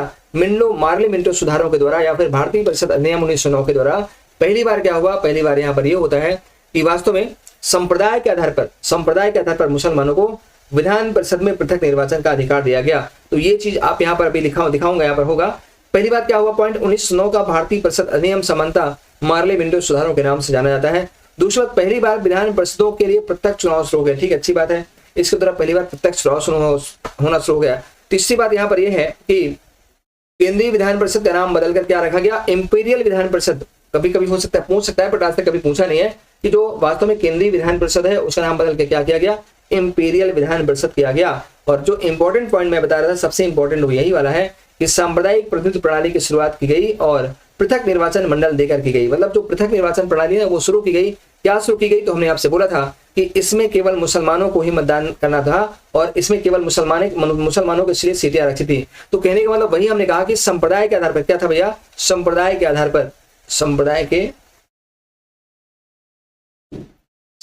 आधार पर मुसलमानों को पृथक निर्वाचन दिया गया। क्या दिया गया? मुसलमानों को पृथक निर्वाचन दिया गया,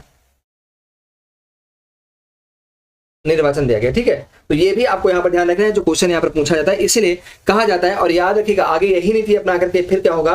फिर बाद में सिखों को दे देगा, फिर बाद में ईसाइयों को दे देगा। और इसी को लेकर के बाद में भीमराव अम्बेडकर और महात्मा गांधी के बीच में ठन गई थी, क्योंकि भीमराव अम्बेडकर जब दूसरे गोलमेज सम्मेलन में प्रतिभाग करते हैं, पहले में विभाग करते हैं, दूसरे में भी और तीसरे में, तो उनका उद्देश्य यही होता है, उनका मानना था कि जब तक दलितों को राजनीतिक शक्ति नहीं मिलती है ना, तब तक इनका विकास नहीं हो सकता है। ठीक है, ये अम्बेडकर का कथन है। इसलिए उन्होंने प्रयास किया कि वास्तव में जो दलित हैं उनको हिंदू ना माना जाए, उनको अल्पसंख्यक माना जाए और अल्पसंख्यक मानकर उनको आरक्षण दिया जाए। लेकिन महात्मा गांधी इस बात से सहमत नहीं हुए थे और यही कारण था कि बाद में गांधी और अम्बेडकर के बीच में पूना पैक्ट होता है, जिसके बाद गांधी जी ने जो है दलितों के लिए 147 सीटों के लिए आरक्षण की वकालत किया था। तो ओवरऑल हम यहाँ पर ये है ना कि सांप्रदायिकता जो है ना बहुत बड़ी खतरा थी और इसने वही काम करने का प्रयास किया। इसने भारतीयों और अंग्रेजों को लड़ाने, इसने हिंदुओं और मुसलमानों को लड़ाने का प्रयास किया, क्योंकि जब मुसलमानों को पृथक निर्वाचन का अधिकार मिलेगा तो हिंदू विरोध करेंगे, और अगर हिंदू विरोध करेंगे तो मुसलमानों के टारगेट में आएंगे, फिर हिंदू मुसलमान दंगे हो जाएंगे। और ये नहीं चाहता था कभी भी हिंदू मुस्लिम एक होकर के अंग्रेजों का मुकाबला करें। ठीक है, तो इस बात को आप यहाँ पर ध्यान रखिएगा। ठीक, अब यहाँ पर दिया है भारत शासन अधिनियम 1919, तो 1909 वाले में आप याद रखिएगा। ठीक, 1909 वाले में हो गया। अब एक बात ध्यान रखिएगा, कुछ और भी बातें क्या भारत सरकार अधिनियम 1919, भारत सरकार अधिनियम 1919 बहुत इंपॉर्टेंट आपके लिए, क्योंकि 2-3-4 पॉइंट इसलिए बहुत इंपॉर्टेंट है। क्या? पहली बात तो इसे मॉन्टेग्यू चेम्सफोर्ड सुधार बोलते हैं। क्यों? क्योंकि जब भारत शासन अधिनियम 1919 आया था तो इसको बनाने वाले कौन थे? यही दोनों थे, ये जो मॉन्टेग्यू था ना ये, और ये जो चेम्सफोर्ड था। आप कहेंगे सर चेम्सफोर्ड जो था ना वो तो गवर्नर था, वो गवर्नर था, लेकिन मॉन्टेग्यू क्या था, मॉन्टेग्यू आपका भारत सचिव था, भारत से, ठीक है। तो मॉन्टेग्यू चेम्सफोर्ड ने जो सुधार के लिए जो वकालत किया था उसी को हम क्या बोलते हैं, उसी को हम वास्तव में मॉन्टेग्यू चेम्सफोर्ड सुधार अधिनियम बोलते हैं। और एक बात और हमारे समझ में एक बात आता है कि आखिर ये 1919 का जो अधिनियम आया ये क्यों आया, आखिर मॉन्टेग्यू ने और चेम्सफोर्ड ने मिलकर 1919 का अधिनियम लाया क्यों। तो उसके पहले मैं आपको 1916 में ले चलता हूँ, 3 साल पहले। 1916 में होता क्या, 1916 में हिंदुस्तान में क्या होता है वास्तव में जो है ना वो होम रूल आंदोलन चलते हैं। क्या चलते हैं, होम रूल आंदोलन, होम रूल आंदोलन चलते हैं। और इस होम रूल आंदोलन को 2 लोगों ने चलाया था, एक तो आपके थे कौन, तिलक साहब थे, बाल गंगाधर तिलक थे, और एक थी कौन, एक थी आपकी एनी बेसेंट। एनी बेसेंट, जो एनी बेसेंट का होम रूल था वो अखिल भारतीय था, अखिल भारतीय का मतलब ऑल इंडिया लेवल का था, Akhil Bharatiya, all India level का था, अखिल भारतीय था। और ये जो आपका तिलक का था वो केवल और केवल महाराष्ट्र तक सीमित था। कहाँ तक, केवल और केवल महाराष्ट्र तक ही सीमित था, इसको ध्यान रखिएगा, महाराष्ट्र तक सीमित था। तो अब यहाँ पर क्या होता है कि उस समय जब तिलक ने क्या किया, पहले तिलक ने क्या किया, होम रूल चलाया था। बाद में तिलक क्या होते हैं, जब तिलक के ऊपर आरोप लगता है, वैलेंटाइन सेरोल ने आरोप लगाया, तो तिलक ने अपना छोड़ के चले गए वैलेंटाइन सेरोल के ऊपर मुकदमा चलाने के लिए लंदन। लेकिन जब एनी बेसेंट ने अपने होम रूल को बहुत आगे बढ़ाया और एनी बेसेंट का होम रूल पॉपुलर होने लगा, तो उसी समय मॉन्टेग्यू ने 1917 में क्या, 1917 में एक घोषणा पत्र लाया जिसे हम क्या बोलते हैं, मॉन्टेग्यू घोषणा पत्र बोलते हैं। और मॉन्टेग्यू ने इस घोषणा पत्र में कहा था कि अगर जो है आप परेशान मत होइए, हम बहुत जल्दी 1919 का अधिनियम ले आएंगे और हम उस 1919 के अधिनियम के द्वारा क्या करेंगे, आपकी उन बातों को मानेंगे और भारत में औपनिवेशिक स्वराज की स्थापना, भारत में उत्तरदायी शासन की स्थापना, क्या भारत में उत्तरदायी सरकार की स्थापना करूंगा, उत्तरदायी शासन की स्थापना या फिर सरकार की स्थापना करूंगा, शासन की स्थापना। अब आप कहेंगे सर ये उत्तरदायी शासन क्या होता है, उत्तरदायी शासन का मतलब ये होता है कि वास्तव में मेन मालिक तो अंग्रेज होंगे, मेन मालिक अंग्रेज होंगे, हम केवल नामात के होंगे, लेकिन हम अधिकार करेंगे, हम अपना शासन चलाएंगे। इसी को क्या बोलते हैं, इसी को औपनिवेशिक शासन बोलते हैं और इसी को उत्तरदायी शासन भी बोलते हैं। तो वास्तव में भारत जो 1917 में बातें की गई थी उसी बातों को पूरा करने के लिए, उन्हीं बातों को अमली जामा पहनाने के लिए 1919 का क्या हुआ, 1919 का भारत शासन अधिनियम आता है, जिसको मॉन्टेग्यू चेम्सफोर्ड सुधार अधिनियम भी कहते हैं, ठीक है। अब यहाँ पर एक बात ये देखना है कि कौन कौन से प्रावधान इसमें किए गए थे, क्या क्या बातें की गई थी, तो इसको जरा आप देखने का प्रयास करिए। नंबर 1 था भैया, नंबर 1 क्या हुआ कि पहली बात तो यहाँ पर याद रखिएगा कि इसमें द्विसदनीयता लाभ, पहली बात द्विसदनीयता का मतलब ये था कि जैसे क्या था, जैसे केवल विधानसभा होती थी, क्या या तो विधानसभा होती थी या विधान परिषद, लेकिन इसमें क्या हुआ, पहली बार विधानसभा और विधान परिषद के कॉन्सेप्ट को लागू किया गया, मतलब सदन को 2 सदनी बनाया गया, सदन मतलब दो सदन बनाया गया, ठीक है, विधानसभा या विधान परिषद, ठीक है, इसको ध्यान रखिएगा। दूसरी बात यहाँ पर क्या हुई, प्रांतीय और केंद्रीय विषयों को अलग किया गया, मतलब जो प्रांत के विषय थे उनको अलग किया गया और जो केंद्र के विषय थे उनको अलग किया गया। और एक पॉइंट यहाँ पर और है भैया, ध्यान रखिएगा कि ये जो आपका 1919 का भारत शासन अधिनियम है बहुत बहुत बहुत इंपॉर्टेंट यहाँ पर भैया, क्या इसके द्वारा पहली बार क्या किया गया, प्रांतों में द्वैध शासन लगाया, क्या लगाया गया, प्रांतों में द्वैध शासन लगाया गया। बहुत इंपॉर्टेंट सवाल है, प्रांतों में क्वेश्चन पूछेगा कि वास्तव में पहली बार प्रांतों भारत में द्वैध शासन कब लगाया गया, किस अधिनियम के द्वारा लगाया गया।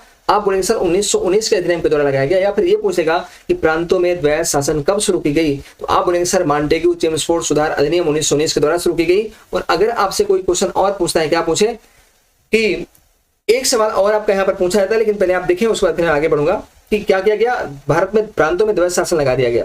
दूसरी बात क्या हुआ कि प्रांतीय विषयों में द्वैध शासन की एक योजना शुरू की गई, जो मैंने अभी आपको बताया। इसे आरक्षित और हस्तांतरित विषय में विभाजित किया गया।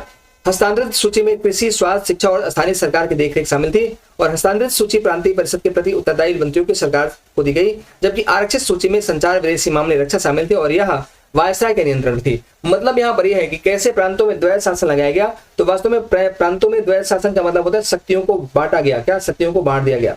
अब आप कौन कौन सी शक्तियां थी, तो शक्तियां 2 प्रकार थी, कौन थी, एक आपका था आरक्षित, एक आपका कौन था, आरक्षित विषय थे, और दूसरा कौन था आपका हस्तांतरित था, कौन, हस्तांतरित, ठीक है, ये था।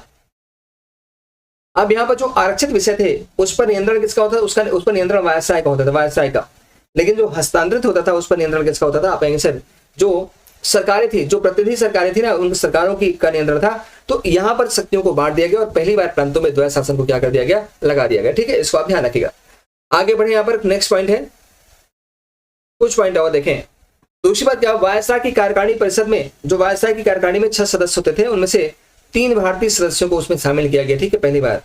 दूसरी बात क्या है कि इस अधिनियम ने पहली बार भारत में लोक सेवा आयोग की स्थापना का प्रावधान किया। बहुत इंपॉर्टेंट है, याद रखिएगा, बहुत इंपॉर्टेंट, क्या कि इस अधिनियम मतलब जो अधिनियम बनाया गया था, जो 1919 का अधिनियम था, उसके द्वारा पहली बार क्या किया गया, भारत में लोक सेवा का प्रावधान किया गया। इसीलिए क्वेश्चन पूछा जाता है कि भारत में लोक सेवा का जनक जो है ना वो वायसराय इसको मानते हैं, वो आपको कारणवारिस को मानते हैं, लेकिन वह अधिनियम जिसके द्वारा लोक सेवा आयोग को स्थापना की गई या लोक सेवा को शुरू किया गया वो कौन है आपका आंसर 1919 का अधिनियम है।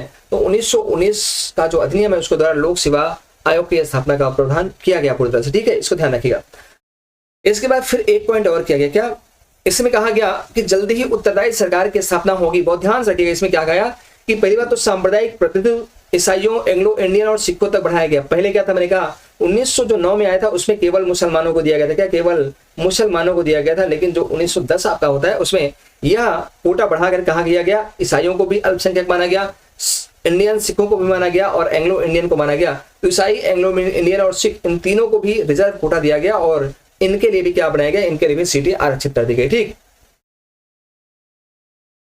ये आप ध्यान रखिएगा। अब उसके बाद और देखिएगा, तो यहां पर तो ये तो मताधिकार सीमित जनसंख्या को दिया गया था, जो उन लोगों पर आधारित था जिनकी कर योग्य आय थी, संपत्ति थी और जो 3000 रुपए का भू राजस्व थी। मतलब मताधिकार, इस बार पहली बार मताधिकार का प्रयोग किया गया, लेकिन मताधिकार का अधिकार जो है सबको नहीं मिला था भैया, बस केवल उसी को दिया गया था जो वास्तव में क्या, जिनके पास कर योग्य भूमि थी, जिनके पास इनकम थी, जो संपत्ति थी और जो 3000 रुपए का भू राजस्व देते थे, केवल वही मतदान दे सकता था, दूसरा और कोई मतदान दे नहीं सकता था, ठीक है। एक और बात यहाँ पर यह है कि एक बात और कहा गया, इसमें क्या कहा गया था, कहा गया था कि वास्तव में ये जो आपका आयोग ने कहा कि भारत में अस्थायी शासन पर विचार करने के लिए, कि भारत को उत्तरदायी शासन दिया जाए कि ना दिया जाए, इस पर विचार करने के लिए क्या किया जाएगा, इस पर विचार करने के लिए वास्तव में क्या किया जाएगा, बोले सर, जो है एक आयोग का गठन किया जाएगा, एक आयोग का गठन किया जाएगा और उस आयोग के अकॉर्डिंग जल्दी से जल्दी क्या किया जाएगा, भारत में उत्तरदायी सरकार की स्थापना की जाएगी। तो ये 1919 का भारत शासन अधिनियम था जिसके द्वारा ये बात कही गई थी कि मतलब आने वाले 10 वर्ष में क्या बोला गया कि 10 वर्ष में, आने वाले 10 वर्ष में, मतलब 10 वर्ष में क्या हो जाएगा, 10 वर्ष में हमें एक आयोग का गठन करना होगा और उस आयोग को का काम होगा कि वास्तव में कैसे उत्तरदायी सरकार की स्थापना की जाए, कैसे स्वायत्त शासन की स्थापना की जाए, उस पर विचार करना। और आप याद रखिएगा भैया कि कालांतर में ये जो आपका साइमन कमीशन आता है, ये जो साइमन कमीशन आता है, साइमन कमीशन का भारत आने का जो उद्देश्य था वो यही था कि इसमें जो कहा गया था कि 10 वर्ष बाद जो है एक आयोग का गठन किया जाएगा। आप बोलेंगे सर इसी की सिफारिश को मानते हुए साइमन कमीशन का गठन किया गया था, लेकिन साइमन कमीशन का गठन 1927 में हुआ, मतलब होना था 1929 में, लेकिन 2 साल पहले कुछ ऐसी अनियमितता आ गई जिसके कारण साइमन कमीशन को 1927 में क्या करना पड़ा, आना पड़ा, ठीक है भैया, याद रखिएगा 1927 में ही आ गया और 27 में उसका गठन होता है और 1928 में भारत आता है, क्या 1928 में भारत आता है। तो ये भी आपके लिए इंपॉर्टेंट है, क्वेश्चन पूछ लेगा कि 1919 के अधिनियम के द्वारा किस आयोग का गठन किया गया था, तो आप कहेंगे सर साइमन कमीशन, क्या साइमन कमीशन का गठन किया गया था। और ये जो साइमन कमीशन था ना भैया, ये वास्तव में 7 सदस्य थी, क्या इसमें 7 सदस्य थे और इन 7 सदस्यों में जो इसका अध्यक्ष था वो कौन था, वो था आपका सर जॉन साइमन। क्या नाम था, सर जॉन साइमन नाम था, साइमन। और इसी में एक उदारवादी भी था, उसका नाम था क्लीमेंट एटली। क्या नाम था, क्लीमेंट एटली आपका था उदारवादी। तो ये भी क्वेश्चन पूछता था कि वास्तव में साइमन कमीशन का कौन सा मेंबर उदारवादी था, तो आप आंसर जो उदारवादी था वो कौन था, आपका क्लीमेंट एटली था, ठीक है। तो ये सारे पॉइंट आपको ये बात समझा होने चाहिए। अब यहाँ पर क्या होता है, चलिए ठीक है, इसके बाद आपका साइमन कमीशन आया। साइमन कमीशन क्या होता है भैया, साइमन कमीशन 7 सदस्य था और साइमन कमीशन को भेजा गया था कि जल्दी से जाओ और वहां पर इस बात का विचार करो, किस बात का विचार करो कि वास्तव में भारत में औपनिवेशिक स्वशासन की स्थापना हो सकती है कि नहीं हो सकती है, भारत में उत्तरदायी सरकार की स्थापना हो सकती है कि नहीं हो सकती है, भारतीयों को हम शासन करने का अधिकार दे सकते हैं कि नहीं दे सकते हैं। तो इन पर विचार करने के लिए साइमन कमीशन आया दोस्तों। लेकिन दिक्कत यहाँ पर यह थी कि जब साइमन कमीशन भारत आया तो उस समय भारत में जो है गवर्नर था वो कौन था, लॉर्ड इरविन था। कौन था उस समय भारत का गवर्नर था, लॉर्ड इरविन। कौन था, लॉर्ड इरविन था। और लॉर्ड इरविन ने एक काम किया, क्या, पहली बात तो लॉर्ड इरविन भारत को उत्तरदायी सरकार देना ही नहीं चाहता था, वो नहीं चाहता था कि भारतीयों को किसी प्रकार का कोई अधिकार दिया जाए। लेकिन चूंकि बात यहाँ पर हो चुकी थी, इसलिए लॉर्ड इरविन ने सुझाव दिया कि भैया ठीक है, आप साइमन कमीशन को भेज तो रहे हो, लेकिन साइमन कमीशन का एक भी मेंबर भारतीय नहीं होना चाहिए, इंडियन नहीं होना चाहिए। अब ऐसी कंडीशन में जब साइमन कमीशन का जब गठन किया गया, ठीक है, 1927 में और 1928 में भारत आया, तो इसमें एक भी सदस्य आपका भारतीय नहीं था। अब ऐसी कंडीशन में साइमन कमीशन सबसे पहले कहां पर आया, बोलेंगे सर 3 फरवरी को आया। क्या, 3 फरवरी 1928 को आया था। कहां पर आया था, मुंबई में। ये भी क्वेश्चन पूछता है कई बार कि वास्तव में सबसे पहले भारत में साइमन कमीशन किस स्थान पर आया था, मुंबई में आया था। मुंबई से फिर कहां आया, बोले सर मुंबई से फिर उसके बाद आपका जो है दिल्ली आया। दिल्ली के बाद फिर कहां गया, दिल्ली के बाद फिर आपका लाहौर गया तो लाहौर में इसका जहां जा रहा था, मतलब जहां जहां गया वहां इसका विरोध हुआ, साइमन गो बैक के नारे लगाए गए। और हद यहाँ पर तब हुई जब ये लाहौर में पहुंचता है तो लाहौर में साइमन कमीशन का विरोध जो है वास्तव में अजीत सिंह तो थे ही, लेकिन वास्तव में उस समय कौन किया था? आप कहेंगे सर लाला लाजपत राय ने किया था। कौन? लाला लाजपत राय ने किया था। और इतना तगड़ा विरोध किया था कि बाद में वहां का जो स्थानीय अधिकारी था सैंडर्स, उसने लाठी चार्ज करवा दिया और उसी लाठी चार्ज की चोट में लाला लाजपत राय क्या होते हैं? मर जाते हैं। लेकिन उन्होंने एक स्टेटमेंट दिया था। क्या स्टेटमेंट दिया था? कि मेरे शरीर पर पड़ी लाठी की एक एक चोट भारत में ब्रिटिश साम्राज्य के ताबूत की आखिरी कील बनेगी। तो ये अभी हम इसलिए नहीं दे रहे हैं कि जब हम वास्तव में आधुनिक भारत पढ़ा ही रहे हैं, तो जब कुछ आधुनिक भारत में हम पढ़ाते हुए आगे बढ़ेंगे तो वहां पर हम साइमन कमीशन के बारे में डिटेल में बात करेंगे और वहीं पर हम आपको ये स्टेटमेंट भी दिखाएंगे। ठीक है, तो भैया जब साइमन कमीशन यहाँ पर 1927 में गठित हुआ, 28 में आया और फिर 29 में, फिर मतलब 1928 में आया, फिर 1928 में चला गया, फिर 1929 में आया और उसके बाद साइमन कमीशन ने क्या किया? बहुत ध्यान देखिएगा, साइमन कमीशन ने क्या किया? साइमन कमीशन ने कुछ सिफारिश भी किया था। क्या सिफारिश किया था? उसने सिफारिश किया था कि जितनी जल्दी हो सके भारत में उत्तरदायी शासन की स्थापना की जाए। क्या? भारत में उत्तरदायी शासन की स्थापना की जाए, उत्तरदायी शासन की स्थापना की जाए। अब एक बात भैया थोड़ा और आप ध्यान रखिएगा, होता क्या है ना कि जब साइमन कमीशन का विरोध होने लगा था तो वास्तव में उस समय भारत सचिव कौन था? भारत सचिव था बर्किनहेड। भारत सचिव कौन था? बोले सर भारत सचिव समय कौन था? बर्किनहेड था। नाम क्या था उसका? लॉर्ड बर्किनहेड था, बर्किनहेड। ठीक है, बहुत ध्यान से रखिएगा, उसका नाम था बर्किनहेड। तो उस समय भारत सचिव था बर्किनहेड और बर्किनहेड को गुस्सा आया। उसने चैलेंज किया कि अगर भारतीय अपने आप को इतना ही ज्यादा बुद्धिमान समझते हैं, इतना ही ज्यादा योग्य समझते हैं, तो वो एक ऐसे संविधान का निर्माण कर दें, वो एक ऐसे संविधान सभा का निर्माण कर दें जो सभी भारतीयों के द्वारा स्वीकार्य हो और जिसे सभी राज्य मान्यता प्रदान करने वाले हो, जिससे सभी राज्य परमिशन देने वाले हो। तो भैया मेरे भारतीय कहाँ पीछे रहने वाले हैं? अंत में भारतीयों ने फैसला स्वीकार कर लिया, भारतीयों ने चैलेंज स्वीकार कर लिया। और ऐसी कंडीशन में क्या होता है? साइमन कमीशन के बाद 1928 में क्या? 1928 में भैया 1928 में 1928 में क्या होता है? 1928 में पंडित मोतीलाल नेहरू, क्या नाम था? मोतीलाल नेहरू की अध्यक्षता में एक सर्वदलीय कमेटी बनाई गई। क्या बनाई गई भैया? एक सर्वदलीय कमेटी बनाई गई। और इसी सर्वदलीय कमेटी में कौन था? बोले सर इसमें, इस सर्वदलीय कमेटी में जो है सुभाष चंद्र बोस भी शामिल थे और इसी में आपका पंडित जवाहरलाल नेहरू भी शामिल थे। अंत में याद रखिएगा, ये जो मोतीलाल नेहरू साहब है ना, इन्होंने 1928 में इसका गठन हुआ और 1928 में ही इसने अपनी रिपोर्ट प्रस्तुत किया। तो जब रिपोर्ट प्रस्तुत किया ना भैया, तो वास्तव में पंडित मोतीलाल नेहरू ने क्या बोला अपनी रिपोर्ट में? मोतीलाल नेहरू कहा कि जितनी जल्दी हो सके अंग्रेज भारत को क्या करें? भारत में उत्तरदायी शासन की स्थापना करें। क्या? उत्तरदायी शासन की स्थापना करें, उत्तरदायी शासन की स्थापना करें। और जैसे इन्होंने उत्तरदायी शासन की स्थापना की बात कहा, पंडित जवाहरलाल नेहरू भड़क गए, अपने बाप से भड़क गए। बोले बापू तू क्या कर रहा है यार, तू तो लुटिया डुबो देगा। और यही नहीं, सुभाष चंद्र बोस भी नाराज हो गए। तो सुभाष चंद्र बोस और पंडित जवाहरलाल नेहरू कांग्रेस के अंदर ही, कांग्रेस से अलग तो हो गए बट अलग एकदम पूरी तरह से अलग नहीं हुए, कांग्रेस के अंदर ही उन्होंने क्या किया था? उन्होंने वास्तव में ऑल इंडिया इंडिपेंडेंट लीग की स्थापना किया था। ठीक है, ऑल इंडिया इंडिपेंडेंट लीग की स्थापना उन्होंने किया था। और आगे चल करके पंडित जवाहरलाल नेहरू सीधे कहा कि अब पूर्ण स्वराज से कम पर कोई बात नहीं होगी, क्योंकि ये औपनिवेशिक शासन की स्थापना या औपनिवेशिक स्वराज की जो हमारी मांग थी ना, ये आज की नहीं थी, ये जब हमने स्वदेशी आंदोलन चलाया था, यानी 1900 एक प्रकार से कह सकते हैं 1905-6 में जब हमने स्वदेशी आंदोलन चलाया था बंगाल विभाजन के बाद, तब हमारी मांग थी औपनिवेशिक स्वराज की प्राप्ति, हमको औपनिवेशिक स्वराज दीजिए, हमको उत्तरदायी शासन दीजिए। लेकिन अब हमारा मांग क्या है? अब हमारी मांग है पूर्ण स्वराज। पूर्ण स्वराज से कम हम कोई काम लेंगे नहीं, पूर्ण स्वराज से कम पर हम बात ही नहीं करेंगे। और अगर हमारी बात नहीं मानी गई भैया, तो हम सविनय अवज्ञा जैसे, नागरिक अवज्ञा जैसे एक बड़ा आंदोलन छेड़ेंगे। और जब इन्होंने ऐसे धमकी दिया तो भैया ये जो साइमन कमीशन था ना, उसके हाथ पैर फूल गए। अब उसने क्या किया? उसने आनंद फानंद में जल्दी क्या किया? जल्दी अपना प्रतिवेदन प्रस्तुत किया। और प्रतिवेदन में उसने क्या कहा? उसने कहा कि जितनी जल्दी हो सके भारतीयों को उत्तरदायी शासन दिया जाए। क्या दिया जाए? जितनी जल्दी हो सके भैया भारतीयों को उत्तरदायी शासन दिया जाए। और केवल उत्तरदायी शासन न दिया जाए, उत्तरदायी शासन की स्थापना के लिए एक जल्दी से क्या किया जाए? एक जल्दी से अधिनियम बनाया जाए, एक जल्दी से कोई ना कोई अधिनियम लाया जाए और उस अधिनियम के द्वारा उत्तरदायी शासन की स्थापना किया जाए। और जैसे वास्तव में साइमन कमीशन ने सिफारिश किया, साइमन कमीशन के सिफारिश के परिणाम स्वरूप ही भारत सरकार अधिनियम 1935 को ब्रिटिश संसद ने पारित कर दिया। तो एक सवाल यहां से यह भी पूछा जाएगा कि भारत सरकार अधिनियम 1935 किसके सिफारिश पर पारित हुआ था?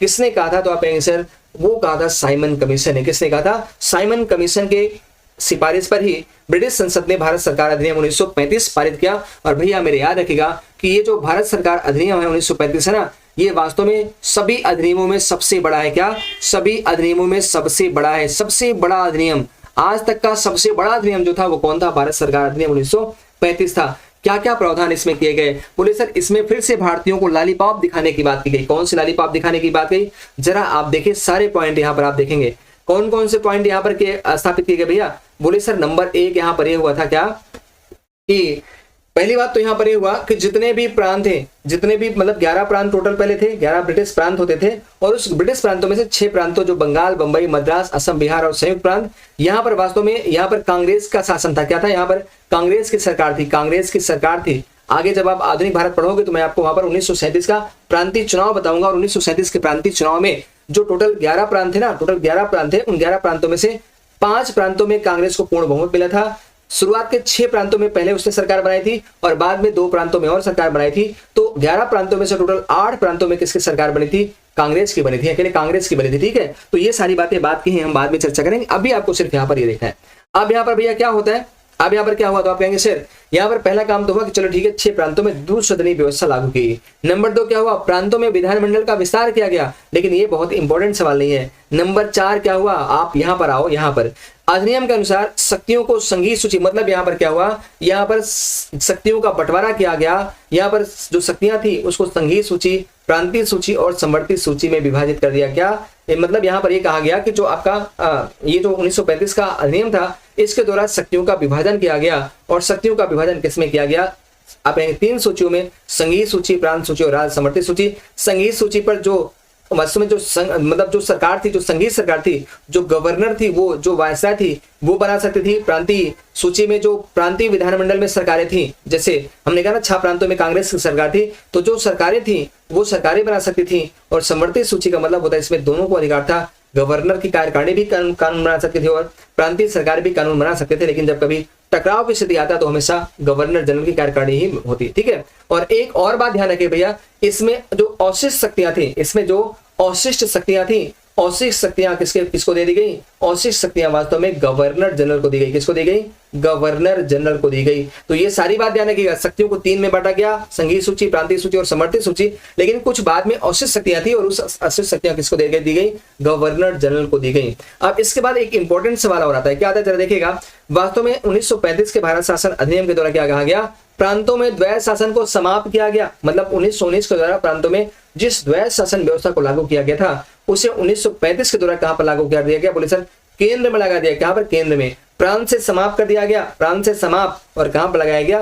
केंद्र में लगाया गया। तो दोनों ही तीनों पॉइंट आपके लिए बहुत इंपॉर्टेंट है दोस्तों। और एक बार जरा देखें आप, 2-3 पॉइंट यहाँ पर और बहुत ही इंपॉर्टेंट है, बहुत शानदार है। क्या? जैसे एक बात और किया गया। क्या? 1935 के भारत शासन अधिनियम के द्वारा क्या किया गया? दिल्ली में एक संघीय न्यायालय की स्थापना हुई। किसमें? दिल्ली में। बहुत ध्यान रखिएगा। क्या? दिल्ली में। ये जो आपका दिलवालों की दिल्ली है, दिल्ली में एक संघीय न्यायालय की स्थापना हुई। किसकी? संघीय न्यायालय बनी भैया, संघीय न्यायालय की स्थापना हुई। और इस संघीय न्यायालय के जो मुख्य न्यायाधीश थे, कौन? जो सीजेआई थे, जो मुख्य न्यायाधीश, तो किसे बनाया गया? आप बोलेंगे सर मॉरिस ग्वायर को। किसे बनाया गया? सर मॉरिस ग्वायर को, मॉरिस ग्वायर को बनाया गया। तो जैसे सर मॉरिस ग्वायर यहां लिख देते हैं, सर मॉरिस ग्वायर को बनाया गया। इसको आप नोट कर लीजिएगा, बहुत इंपॉर्टेंट है कि वास्तव में 1935 के भारत शासन अधिनियम के द्वारा दिल्ली में एक संघीय न्यायालय बनाया गया, जिसका मुख्य न्यायाधीश किसे बनाया गया था? सर मॉरिस ग्वायर को बनाया गया था। 1-2 पॉइंट और आपको लिखना है। क्या? जैसे 1935 के भारत शासन अधिनियम के द्वारा क्या किया गया? यहाँ पर पहली बार रिजर्व बैंक ऑफ इंडिया की स्थापना की गई। क्या? आरबीआई की स्थापना की गई। पहली बार तो दिल्ली में संघीय न्यायालय स्थापित हुआ, और एक सीजीआई, एक आरबीआई। आरबीआई का मतलब क्या होता है? रिजर्व बैंक ऑफ इंडिया का एक केंद्रीय बैंक, एक संघीय बैंक की स्थापना। क्या? एक संघीय बैंक की स्थापना हुई, और यही संघीय बैंक क्या थी? आपकी आरबीआई थी। इसको आप ध्यान रखिएगा। एक पॉइंट दोस्तों यहाँ पर और आता है। क्या? कि 1935 के भारत शासन अधिनियम के द्वारा वर्मा को भारत से अलग किया गया। किसको अलग किया गया? वर्मा को भारत से अलग किया गया, भारत से अलग कर दिया गया। और ये बहुत इंपॉर्टेंट सवाल है, अलग किया गया। क्वेश्चन आपसे पूछा जाता है कि वास्तव में वर्मा भारत से किस अधिनियम के द्वारा अलग किया गया था? आप बोलेंगे सर 1935 के भारत शासन अधिनियम के द्वारा। और एक पॉइंट यहाँ पर और जो सबसे महत्वपूर्ण है उसको जरा देखिएगा। एक बात और कही गई थी। क्या कही गई थी? कि वास्तव में जितने भी ब्रिटिश प्रांत है, बहुत ध्यान रखिएगा, जितने भी ब्रिटिश प्रांत है, ब्रिटिश प्रांतों और देसी रियासतों को, और देसी रियासतों को मिलाकर, देसी रियासतों को मिलाकर क्या किया जाएगा, देसी रियासतों को मिलाकर एक अखिल भारतीय संघ की, क्या, एक अखिल भारतीय संघ, बहुत इंपॉर्टेंट है, एक अखिल भारतीय संघ की स्थापना की जाएगी। क्या, अखिल भारतीय संघ की स्थापना की जाएगी, स्थापना की जाएगी। लेकिन इस संघ में देसी रियासतों, इस संघ में देसी रियासतों का शामिल होना या ना होना उनकी मर्जी पर निर्भर करेगा। अब जरा देखिएगा, बहुत काम की चीज, ये भी क्वेश्चन पूछा जाता है, किस अधिनियम के द्वारा पहली बार अखिल भारतीय संघ की स्थापना का प्रावधान किया गया था? तो 1935 के भारत शासन अधिनियम के द्वारा अखिल भारतीय संघ के गठन का मार्ग प्रशस्त हुआ था। लेकिन यहाँ पर अंग्रेजों ने चाल खींचा। क्या खींचा कि भैया, उन्होंने कहा कि ब्रिटिश प्रांतों और देसी रियासतों को मिलाकर हम क्या किया जाएगा, एक अखिल भारतीय संघ का निर्माण किया जाएगा। लेकिन फिर बोलते हैं कि इसमें ब्रिटिश प्रांत तो शामिल होंगे, लेकिन देसी रियासतों का शामिल होना या ना होना उनके मर्जी पर निर्भर करता है। अब आप मुझे बताओ कि भैया मेरे ऐसा राजा, ऐसा राज्य जो स्वतंत्र हो, वो और ऐसा व्यक्ति जो वहां का राजा हो, वो क्या चाहेगा कि हम किसी के अंदर अपने राज्य को शामिल कर दें और उसका हम सामंत बन जाए, उसके अधीन हम काम करें? नहीं चाहेगा ना। तो ऐसी कंडीशन में अंग्रेजों ने लालीपाप दिखाने का प्रयास किया 1935 के भारत शासन अधिनियम में, जहां पर अखिल भारतीय संघ की स्थापना का प्रावधान तो किया गया था, लेकिन कभी भी अखिल भारतीय संघ की स्थापना नहीं होती है। ये बात हमेशा ध्यान रखेगा। अब एक बार मुझे कमेंट करके बताइएगा, 1935 का जितना भी पॉइंट मैंने बताया भैया, वो क्लियर है कि नहीं क्लियर है? बहुत ही शानदार है, बहुत ही लाजवाब है। कम से कम 5 से 7 पॉइंट है जो क्वेश्चन में पूछा जाता है। तो एक बार पहले आप लोग जितने भी लोग हैं ना, वो आप लोग मुझे कमेंट करके बताएं, फिर मैं आगे बात करता हूँ। चले भैया, बताएं जितने लोग हैं, जितने लोग देखने वाले हैं, वो प्लीज एक बार बताने का प्रयास करें। सभी लोग बताएं भैया, फटाफट करके बताएं। बहुत ज्यादा देर नहीं है, बस थोड़ा सा सवाल और बचा हुआ है। बस हम लोग 35 पहुंच गए हैं। 35 के बाद फिर क्या हो जाएगा, आपका 47 हो जाएगा, फिर हमारा संविधान सभा हो जाएगा, फिर उसके बाद हम लोग आगे बढ़ेंगे। तो चलिए एक बार बताएं। और आप लोग यहाँ पर छोड़ते हुए जा रहे हैं लगातार। चले, बहुत सुंदर, बहुत बढ़िया, गुड, बहुत खूब, बेहतरीन, बहुत सुंदर, क्या बात है।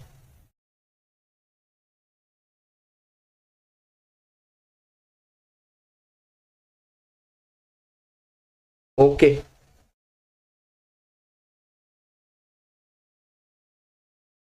बहुत बढ़िया, बहुत सुंदर। चलिए ठीक है, अब हम लोग आगे बढ़ते हैं, कुछ आगे की बातों को भी देख लेते हैं भैया, ठीक है? कुछ आगे की बातों को भी हम लोग देख लेते हैं। अब आगे की बातें क्या है जरा देखिएगा। तो आगे की बातों में हमारा ये है यहाँ पर कि अब हमारा आएगा क्रिप्स मिशन। अब देखिए, ये क्रिप्स मिशन कहा जाता है कि आधिकारिक रूप से जो संविधान सभा का गठन होता है, संविधान सभा के गठन का जो प्रस्ताव होता है ना, वो क्रिप्स मिशन के द्वारा आधिकारिक रूप से होता है। ये अलग बात होता है कि क्रिप्स मिशन के पहले भी 1940 में एक प्रस्ताव आया था, अगस्त प्रस्ताव। क्या 1940? आप पढ़ेंगे, जब इतिहास पढ़ेंगे तो हाँ मैं पढ़ाऊंगा कि 1940 में एक प्रस्ताव आया था, उसका नाम क्या था, अगस्त प्रस्ताव।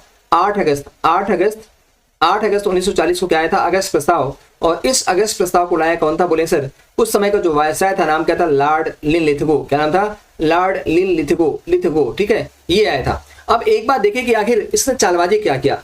तो आप जानते हैं कि जो ये जो समय चल रहा है ना 1942 वाला, ये वास्तव में इस समय इंग्लैंड फंस चुका है। क्यों? क्योंकि इस समय दूसरा विश्व युद्ध, इस समय 1939 से लेकर 1945 के बीच में कौन सा क्या चला है, द्वितीय विश्व युद्ध चला है। क्या द्वितीय विश्व युद्ध चला है, द्वितीय विश्व युद्ध। और इस विश्व युद्ध में 2 राष्ट्र हैं, एक मित्र राष्ट्र और दूसरा धुरी राष्ट्र। धुरी राष्ट्र में कौन है? आप कहेंगे सर इसमें जापान है, इसमें अब कौन है, जर्मनी है, इसमें कौन है, आपका इटली है। और ये जो जर्मनी, इटली और जापान है ना, ये बहुत शक्तिशाली है। जापान तो एक तरफ आपका जो हिटलर था वो वास्तव में अंग्रेजों को धूल चढ़ा रहा था, और दूसरी तरफ से जापान अंग्रेजी कब्जे वाली जमीनों को छीन रहा था लगातार। तो इसका मतलब यहाँ जो दूसरा विश्व युद्ध चला भैया ना, उसमें एकदम से इंग्लैंड दब चुका था, है ना। और इस बार भारतीय भी अंग्रेजों की सहायता देने के पक्ष में नहीं थे, मूड में नहीं थे। क्यों? क्योंकि महात्मा गांधी ने पहले कह दिया था, क्या कहा था, कि अगर आप चाहते हैं कि भारतीय दूसरे विश्व युद्ध में अंग्रेजों की सफलता की कामना करें, अंग्रेजों को अपना सपोर्ट दें, इंग्लैंड को अपना सपोर्ट दें, तो सबसे पहले आपको क्या करना पड़ेगा, भारत में उत्तरदायी सरकार की स्थापना करनी पड़ेगी। आपको भारत को पूर्ण स्वतंत्रता देनी पड़ेगी। आप स्वतंत्रता दीजिए और लिखित प्रस्ताव दीजिए। लेकिन यहाँ पर भी क्या हुआ, यहाँ पर भी चाल खेल गया। कौन चाल खेल गया? आप बोलेंगे सर यहाँ पर अंग्रेजों ने चाल खेल दिया। क्या खेला? 1942 में सर स्टेफोर्ड क्रिप्स के नेतृत्व में एक सदस्यीय केवल एक सदस्य क्या आया, एक सदस्यीय मिशन भेजा गया। और उस समय ब्रिटेन का प्रधानमंत्री कौन था? बोले सर उस समय था आपका क्लेमेंट एटली, सॉरी क्या नाम था, विंस्टन चर्चिल। क्या नाम था? विंस्टन चर्चिल जो है, विंस्टन चर्चिल भैया, चर्चिल, ये ब्रिटेन का प्रधानमंत्री था और बहुत ही कमीना था। तो ये कभी भी, विंस्टन चर्चिल कभी भी नहीं चाहता था कि हम भारत को आजाद दें, भारत को आजादी दें, ठीक है। अब ऐसी कंडीशन में यहाँ पर क्या होता है भैया, ऐसी कंडीशन में क्या होता है कि क्रिप्स मिशन को 1942 में भेजा गया। अब क्रिप्स मिशन को भेजा क्यों गया, तो विंस्टन चर्चिल बिल्कुल नहीं चाहता था, ठीक है। और लेकिन जब जो विरोधी, जो मित्र राष्ट्र थे, जैसे अमेरिका हो गया और कुछ लोग हो गए, उन्होंने ब्रिटेन को दबाव में लाना शुरू कर दिया कि अगर तुम चाहते हो कि भारतीय शामिल हों और बिना भारतीयों के समर्थन के तुम कभी भी दूसरे विश्व युद्ध में जीत नहीं पाओगे, इसलिए अगर तुम चाहते हो कि भारतीयों का समर्थन तुम्हें मिले तो तुम्हें करना क्या पड़ेगा, तुम्हें वहां पर भी जो है उनको आश्वासन देना पड़ेगा, उनको विश्वास में लेना पड़ेगा और वहां पर उनको बहाली देना पड़ेगा। ऐसी कंडीशन में क्या होता है भैया कि विंस्टन चर्चिल मजबूर होकर के ना चाहते हुए क्रिप्स मिशन भेजता है, लेकिन यहाँ पर इसकी चाल थी। चाल क्या, जरा देखिएगा इसमें क्या क्या बातें की गई। 1942 में जो क्रिप्स मिशन आता है भैया, वो क्या क्या बातें उसमें कही गई, उसको जरा आप लोग जाके देखिएगा, ठीक है। तो इसमें बातें यहाँ पर ये कही गई कि पहला दूसरी विश्व युद्ध के बाद भारत को डोमिनियन का दर्जा, डोमिनियन का मतलब क्या होता है, उत्तरदायी सरकार, उत्तरदायी सरकार, उत्तरदायी सरकार का मतलब यहाँ पर होता है कि सरकार तो ब्रिटेन की होगी, लेकिन भारत को हम ब्रिटेन के अधीन शासन करने की शक्ति देंगे, ठीक है। और यहां पर जब ये शब्द सुना गया कि द्वितीय विश्व युद्ध के बाद भारत को डोमिनियन का दर्जा दिया जाएगा, मतलब दूसरा विश्व युद्ध खत्म होने के बाद तो भारत वाले तो भड़क जाएंगे ना भैया। और उसके बाद फिर क्या हुआ, दूसरा पॉइंट क्या हुआ, द्वितीय विश्व युद्ध समाप्त होने के बाद भारतीय संविधान के निर्माण के लिए भारत में एक निर्वाचित निकाय स्थापित किया जाएगा। मतलब क्या बोल रहा है, जो भी काम होगा भैया हम बीच में नहीं करेंगे, हम दूसरे विश्व युद्ध की समाप्ति के बाद देंगे। अरे भैया कौन देखा है, दूसरे विश्व युद्ध में तुम जरूरी थोड़ी ना तुम जीत ही जाओगे। और वो तो मतलब वो तो धन्य हो अमेरिका का, अगर अमेरिका जापान के हिरोशिमा और नागासाकी पर बम नहीं गिराया होता ना, तो भैया मेरे जापान क्या करता, जापान इंग्लैंड की बैंड बजा देता। याद रखिएगा, इतना भयानक उस समय था और उस समय इंग्लैंड के कई सारे क्षेत्रों पर वास्तव में जापान का अधिकार भी हो चुका था, ठीक है, और लगभग विजय होने के कगार थे। लेकिन जैसे नागासाकी और हिरोशिमा पर परमाणु बम गिरा देता है, वैसे जापान क्या करता है, जापान सरेंडर कर देता है। तो यहाँ पर क्या हुआ, दोनों बात। तीसरी बात क्या हुई, भारतीय राज्य भी संविधान निर्माण निकाय में भाग ले। मतलब क्या बोला, इसने बोला कि भाई द्वितीय विश्व युद्ध के बाद हम भारतीय संविधान के निर्माण के लिए एक निर्वाचित निकाय स्थापित करेंगे और इस निकाय में वास्तव में जो भारतीय राज्य है ना वो भी क्या होंगे, वो भी आपके शामिल होंगे। इसके बाद और क्या बोलता है, कहता है कि भारत में लगभग सभी दलों और वर्गों ने, अब यहाँ पर क्या हुआ, जब यहाँ पर ये कह दिया ना तो जो है ना क्रिप्स मिशन का क्या हो गया, क्रिप्स मिशन के प्रस्ताव को अस्वीकार कर दिया गया। क्या बोला, अस्वीकार कर दिया गया, पूरा का पूरा अस्वीकार कर दिया गया। और न केवल कांग्रेस, न केवल भारतीय राष्ट्रीय कांग्रेस, बल्कि जितने अन्य दल थे, चाहे वो मुस्लिम लीग हो या जितने अन्य दल हो, सबने क्या किया, सबने विरोध किया। और जब क्रिप्स मिशन असफल हो जाता है, जब क्रिप्स मिशन असफल हुआ, तब जाकर के महात्मा गांधी ने निर्णय लिया था क्या, अब हम एक अखिल भारतीय आंदोलन चलाएंगे, ऐसा जोरदार आंदोलन चलाएंगे जो अंग्रेजों की को दुलत्ती मार देगा और अंग्रेजों को भारत से निकाल फेंक देगा। और याद रखिएगा, क्रिप्स मिशन की सफलता के बाद ही भारत छोड़ो आंदोलन लागू होता है। क्या, भारत छोड़ो आंदोलन, भारत छोड़ो आंदोलन चलता है। तो भारत छोड़ो आंदोलन कब शुरू हुआ, आप कहेंगे सर वास्तव में 8 अगस्त 1942 को क्या होता है, भारत छोड़ो 1942 को भारत छोड़ो आंदोलन शुरू करने का निर्णय ले लिया गया था, घोषणा हो गई थी, लेकिन 9 अगस्त को जो है भारत छोड़ो आंदोलन शुरू हो गया था। और इसी आंदोलन ने अंग्रेजों को सोचने पर विवश कर दिया कि भैया मेरे अब ज्यादा दिन हम मेहमान नहीं रहेंगे। और फिर क्या करना पड़ेगा उनको, मजबूरी में क्या करना पड़ेगा उनको, मजबूरी में फिर कैबिनेट मिशन भेजना पड़ेगा 1946 में। क्यों, क्योंकि वास्तव में ब्रिटेन में सत्ता बदल जाएगी। अगर चर्चिल होता वहां पर तो शायद भारत में कभी कैबिनेट मिशन भेजता ही नहीं। वो तो वहां पर जब चुनाव होता है तो द्वितीय विश्व युद्ध ने क्या किया, द्वितीय विश्व युद्ध ने वहां की सरकार को बहुत ज्यादा एक प्रकार से बदनाम कर दिया, जिसका फायदा वहां की लेबर पार्टी, वहां के मजदूर दल को मिला था, जिसके मुखिया थे कौन, क्लेमेंट एटली साहब। और जब लेबर पार्टी चुनाव में जीतती है तो उसी लेबर पार्टी के मुखिया जो क्लेमेंट एटली साहब हैं वो प्रधानमंत्री बनते हैं और उन्होंने घोषणा किया कि मैं जून 1948 के पहले भारत को क्या कर दूंगा, आजाद कर दूंगा। तो कहने का मतलब यहाँ पर यह है कि ये सारी बात हुई। अब क्या होता है भैया, जब क्लेमेंट एटली की सरकार बन गई, याद रखिएगा जब क्लेमेंट एटली की सरकार 1945 के आसपास बन जाती है, 45 में चुनाव होता है वहां पर, 44-45 में, जब वहां पर ब्रिटेन में क्लेमेंट एटली, जब लेबर पार्टी की सरकार बनती है, कौन, मजदूर दल लेबर पार्टी की सरकार बनती है और उस पार्टी के प्रधानमंत्री कौन होते हैं, क्लेमेंट एटली साहब। क्या, क्लेमेंट एटली साहब। तो सबसे पहले उन्होंने क्या काम किया, सबसे पहले उन्होंने क्या काम किया कि भाई 1945 में भारत में भी अंतरिम चुनाव होगा। क्या बनेगा, अंतरिम चुनाव होगा। और इस अंतरिम चुनाव में याद रखिएगा कांग्रेस एक बड़ी पार्टी बनती है, लेकिन जब सरकार का गठन होता है, जब अंतरिम सरकार का गठन होता है तो प्रारंभ में केवल कांग्रेस ने क्या किया था, कांग्रेस ने ही जो सरकार बनाई थी। और बाद में क्या होता है, बाद में फिर से जो है कांग्रेस के साथ साथ इसमें मुस्लिम लीग भी शामिल होती है, लेकिन बाद में मुस्लिम लीग अलग हो जाती है। तो कहने का मतलब यहाँ पर है कि क्लेमेंट एटली ने जब न केवल भारत में आम चुनाव करवाया 1945 में, बल्कि उन्होंने घोषणा किया, क्या घोषणा किया कि भैया मैं क्या करूंगा, मैं जून 1948 क्या जून 1948 तक या के पहले, जून 1948 के पहले क्या कर दूंगा, भारत को आजाद कर दूंगा, भारत को आजाद कर दूंगा। और भैया ये स्टेटमेंट पूछा जाता है, क्वेश्चन पूछेगा कि वास्तव में क्लेमेंट एटली ने भारत को आजाद करने की कौन सी डेट निर्धारित की थी, तो क्या हो जाएगा जून 1948। उन्होंने कोई एग्जैक्ट डेट नहीं बताई थी, उन्होंने केवल जून 1948 का था, ठीक है। तो जब क्लेमेंट एटली हो गए तो समस्या यहाँ पर है कि भारत को आजाद करें तो करें कैसे, इसलिए इस समय वायसराय कौन था, 1946 में वायसराय कौन था भारत का, आप बोलेंगे सर उस समय था लॉर्ड वेवल। कौन था, लॉर्ड वेवल होता है। और लॉर्ड वेवल ने कई सारी बैठकें किया, उसने वेवल योजना प्रस्तुत की, सब कुछ किया, शिमला सम्मेलन भी किया, लेकिन बाद में फिर कैबिनेट मिशन को क्या करना पड़ा, कैबिनेट मिशन को भेजना पड़ा। और दोस्तों जो कैबिनेट मिशन है ना, याद रखिएगा इसके द्वारा ही भारत में संविधान सभा का गठन होता है। कहां पर होता है, संविधान सभा का गठन होता है, और इसी संविधान सभा के द्वारा क्या होता है, भारतीय संविधान का निर्माण होता है। अब ये जो कैबिनेट मिशन होता है भैया, ये वास्तव में कैबिनेट मिशन में कितने सदस्य थे, आप बोलेंगे सर कैबिनेट मिशन में 3 सदस्य, कितने थे, 3 सदस्य। इन 3 सदस्यों में कौन कौन था, आप बोलेंगे सर एक का नाम था कौन, पैथिक लॉरेंस। क्या था, पैथिक लॉरेंस साहब थे। और ये जो पैथिक लॉरेंस साहब थे ना, ये कौन थे, ये वास्तव में भारत सचिव थे। कौन थे, भारत सचिव थे उस समय के। और दूसरा नाम था कौन, एबी अलेक्जेंडर का। क्या नाम था भैया, एबी अलेक्जेंडर होते हैं, एबी अलेक्जेंडर। और तीसरा नाम क्या होता है, बोलेंगे सर जो तीसरा नाम होता है, इधर लिख देता हूं, तीसरा नाम कौन होता है, स्टेफोर्ड क्रिप्स होते हैं। कौन होते हैं भैया, स्टेफोर्ड क्रिप्स साहब होते हैं, क्रिप्स होते हैं, ठीक है।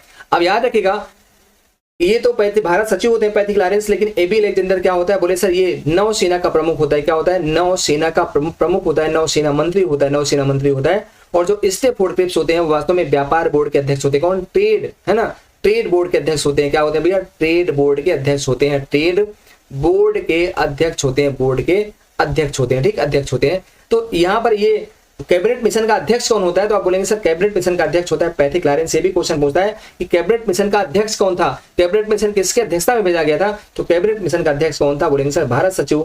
कौन था, भारत सचिव था, और उसका नाम क्या था, पैथिक लॉरेंस। तो ये सब आप यहाँ पर ध्यान रखिएगा, ठीक है भैया। सिंगम भाई प्रणाम भैया, स्वागत है। अब एक बात जरा देखिएगा यहाँ पर कैबिनेट मिशन में क्या क्या बातें हुई।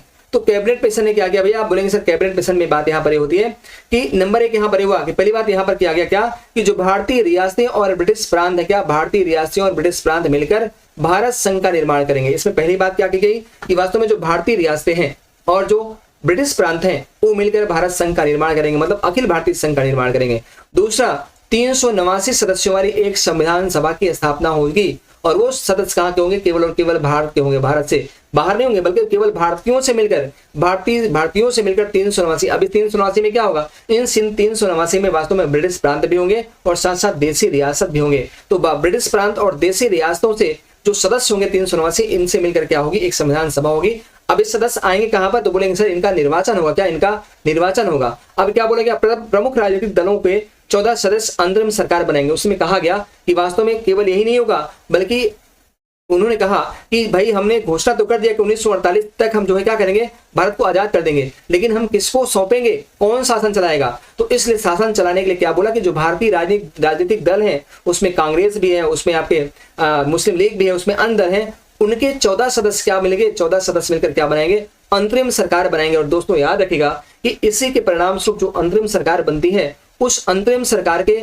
अध्यक्ष जो होते हैं, उस अंतरिम सरकार का जो अध्यक्ष होता है या उस अंतरिम सरकार का जो सभापति होता है वो कौन होता है, वो आपका होता है भैया कौन, वो होता है आपका जो है वायसराय। वो वायसराय होता है, क्योंकि इसमें सीधे सीधे कह दिया गया था क्या, इसमें कैबिनेट मिशन में सीधे सीधे कहा गया था कि 2 पदों को छोड़कर, 2 पदों को मतलब जो आपका अध्यक्ष है, जो सभापति है, सभापति वास्तव में सभापति जो है कौन होगा, ब्रजेश कुमार वर्मा जी स्वागत है आपका। जो सभापति होगा वो कौन होगा, तो उन्होंने बताया कि भाई जो सभापति होगा वो वास्तव में क्या होगा, वो वास्तव में वायसराय होगा। जैसे वर्तमान में कुछ होते हैं ना कि जो आपका उपराष्ट्रपति होता है वो राज्यसभा का पदेन सभापति होता है, उसी प्रकार से कहा गया कि जो वायसराय होगा वो वास्तव में इस अंतरिम सरकार का पदेन सभापति होगा। और दूसरा एक पद और उन्होंने बोला कि जो वास्तव में चीफ कमांडर यानी मुख्य सेनापति, जो चीफ कमांडर का पद होगा, चीफ कमांडर का पद भी किसे दिया जाएगा, वो भी वास्तव में चीफ कमांडर का पद भी किसे दिया जाएगा, अंग्रेजों को दिया जाएगा।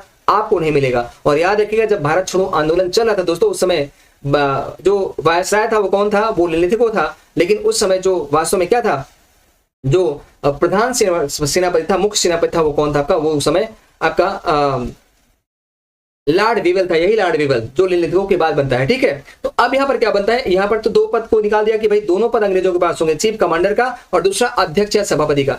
अब यहाँ पर हुआ कि चलो ठीक है, ये तो दो पद निकल गए, लेकिन जो 14 सदस्यों में से जो उपाध्यक्ष बनेगा या उपसभापति बनेगा वो कौन बनेगा, तो जो अंतरिम सरकार बनी थी उसमें जो उपसभापति बना था वो कौन था, वो था पंडित जवाहरलाल नेहरू। और उपसभापति का जो पद होता था वो वर्तमान में पंडित नेहरू थे। पंडित नेहरू कौन, पंडित जवाहरलाल नेहरू थे, जवाहरलाल नेहरू, ठीक है, जवाहरलाल नेहरू थे। तो उस समय जो आपका उपसभापति का पद होता था वो वास्तव में वर्तमान के प्रधानमंत्री जैसा होता था। क्या, जैसे वर्तमान का प्रधानमंत्री का पद होता है उसी प्रकार से उस समय उपसभापति का पद होता था, ठीक। तो ये सारी बात आप ध्यान रखेंगे।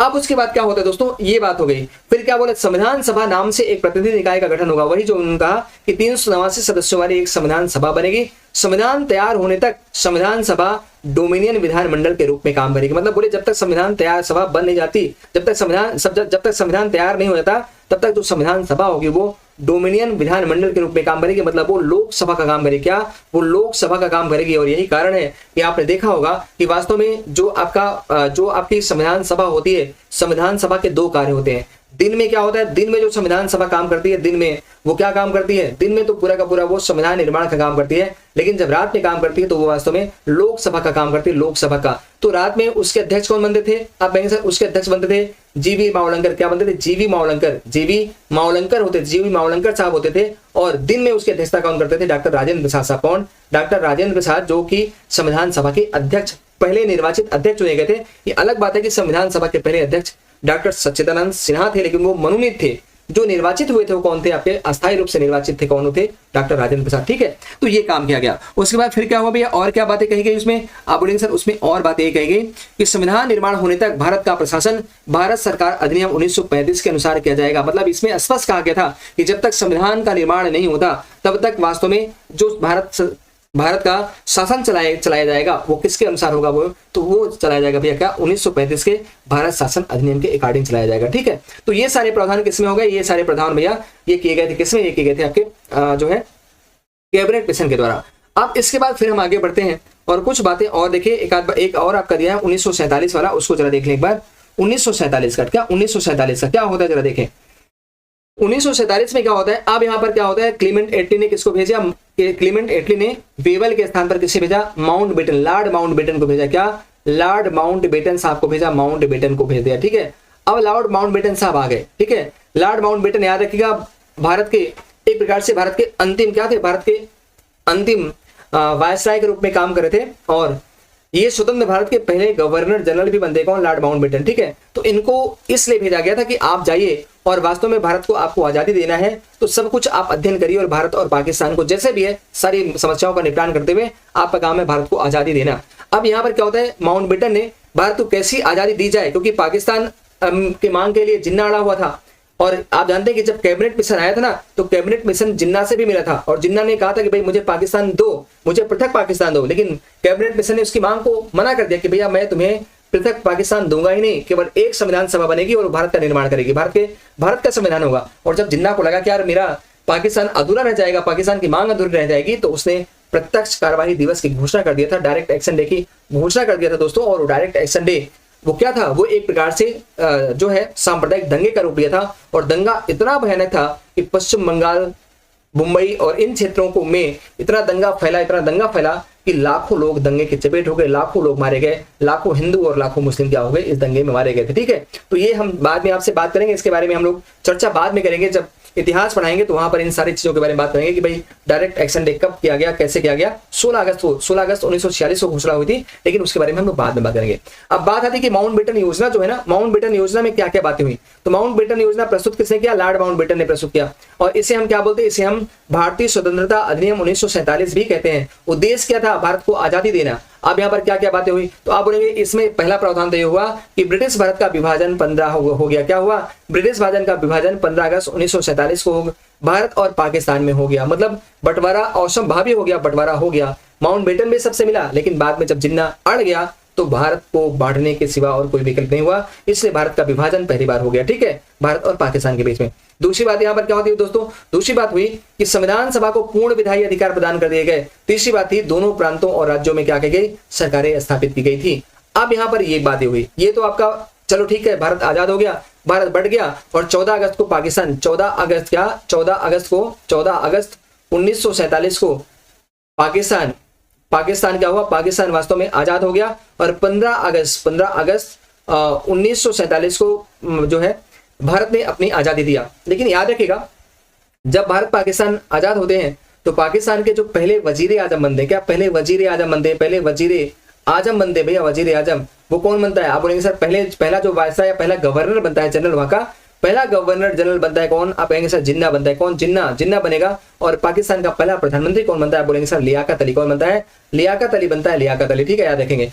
भारत का पहला कौन बनता है, पहला गवर्नर जनरल बनता है कौन, माउंटबेटन, कौन, लॉर्ड माउंटबेटन बनता है भैया, माउंटबेटन। और पहला प्रधानमंत्री कौन बना, नेहरू बनते हैं, पंडित जवाहरलाल नेहरू। लेकिन माउंटबेटन के बाद फिर दूसरे गवर्नर जनरल कौन बनते हैं भैया, आप कहेंगे सर दूसरे गवर्नर जनरल बनते हैं सी राजगोपालाचारी। कौन बनते भैया, सी राजगोपालाचारी, इधर लिख देता हूं, सी राजगोपालाचारी, ये बनते हैं स्वतंत्र भारत के पहले भारतीय गवर्नर जनरल होते हैं कौन, सी राजगोपालाचारी साहब। ठीक है, और याद रखिएगा इस पद पर वो कब तक रहते हैं, बोले सर इस पद पर वो कब रहते हैं, आप कहेंगे सर ये 24 जनवरी 1950 तक रहते हैं। लेकिन 24 जनवरी 1950 में क्या होता है, वास्तव में डॉक्टर राजेंद्र प्रसाद को क्या किया गया, डॉक्टर राजेंद्र प्रसाद को भारत का राष्ट्रपति निर्वाचित कर लिया गया। और तब जाकर के सी राजगोपालाचारी और जो गवर्नर जनरल का पद होता है वो खत्म होता है और सी राजगोपालाचारी को हटा दिया जाता है। तो इस प्रकार से ये जो आपका कैबिनेट मिशन के द्वारा जो संविधान सभा का गठन होता है, उस संविधान सभा ने संविधान का निर्माण करने की प्रक्रिया शुरू की। और संविधान निर्माण करने की प्रक्रिया के दौरान हम आगे आपको बताएंगे पूरी तरह से कि लगभग कितने बैठकें होती हैं, बोलेंगे सर 12 बैठकें होती हैं, टोटल 12 बैठकें होती हैं। और अंतिम बैठक होती है 24 जनवरी 1950 को, जब संविधान पर हस्ताक्षर होता है, और अंतिम रूप से 26 जनवरी 1950 को क्या होता है, संविधान लागू होता है। तो दोस्तों अगले वाला जो हमारा टर्म होगा वो संविधान के बारे में बताऊंगा कि भारतीय संविधान, जब संविधान सभा का गठन होता है तो संविधान सभा कैसे कार्य करती है, मतलब कैसे उसने पहली बैठक कब की, उसके पहले अध्यक्ष कौन होते हैं, फिर उसके अस्थायी अध्यक्ष कौन होते हैं, कितनी समितियां होती हैं, कैसे कैसे आगे बढ़ते हैं, कितने वाचन होते हैं, कितने दिन लगे, कितना पैसा लगा, और कैसे जो है संविधान बनकर तैयार होता है, कैसे लागू होता है। तो अगला हमारा जो टॉपिक होगा हम उस पर बात करेंगे। आज भारत का संवैधानिक विकास कैसे होता है, कैसे 1773 से लेकर के 1947 की घटना आगे बढ़ती जाती है और 1945 में 50 में भारत आजाद होता है, मतलब भारतीय संविधान लागू होता है। इन समस्त घटनाओं के बारे में आज हमने आपसे जिक्र किया। ठीक है, तो एक ही क्लास में हमने आज पूरा का पूरा भारत का संवैधानिक विकास समाप्त करने का प्रयास किया है। अब आप एक बार मुझे बताएं, जितने लोग जुड़े हुए हैं, कि कहीं पर कोई दिक्कत हुई तो नहीं, समझ में क्लास आई है कि नहीं आई है। अगर कहीं पर कोई दिक्कत हुई हो भैया तो आप मुझे बताते चलें, और ना आई हो तो अलग बात है।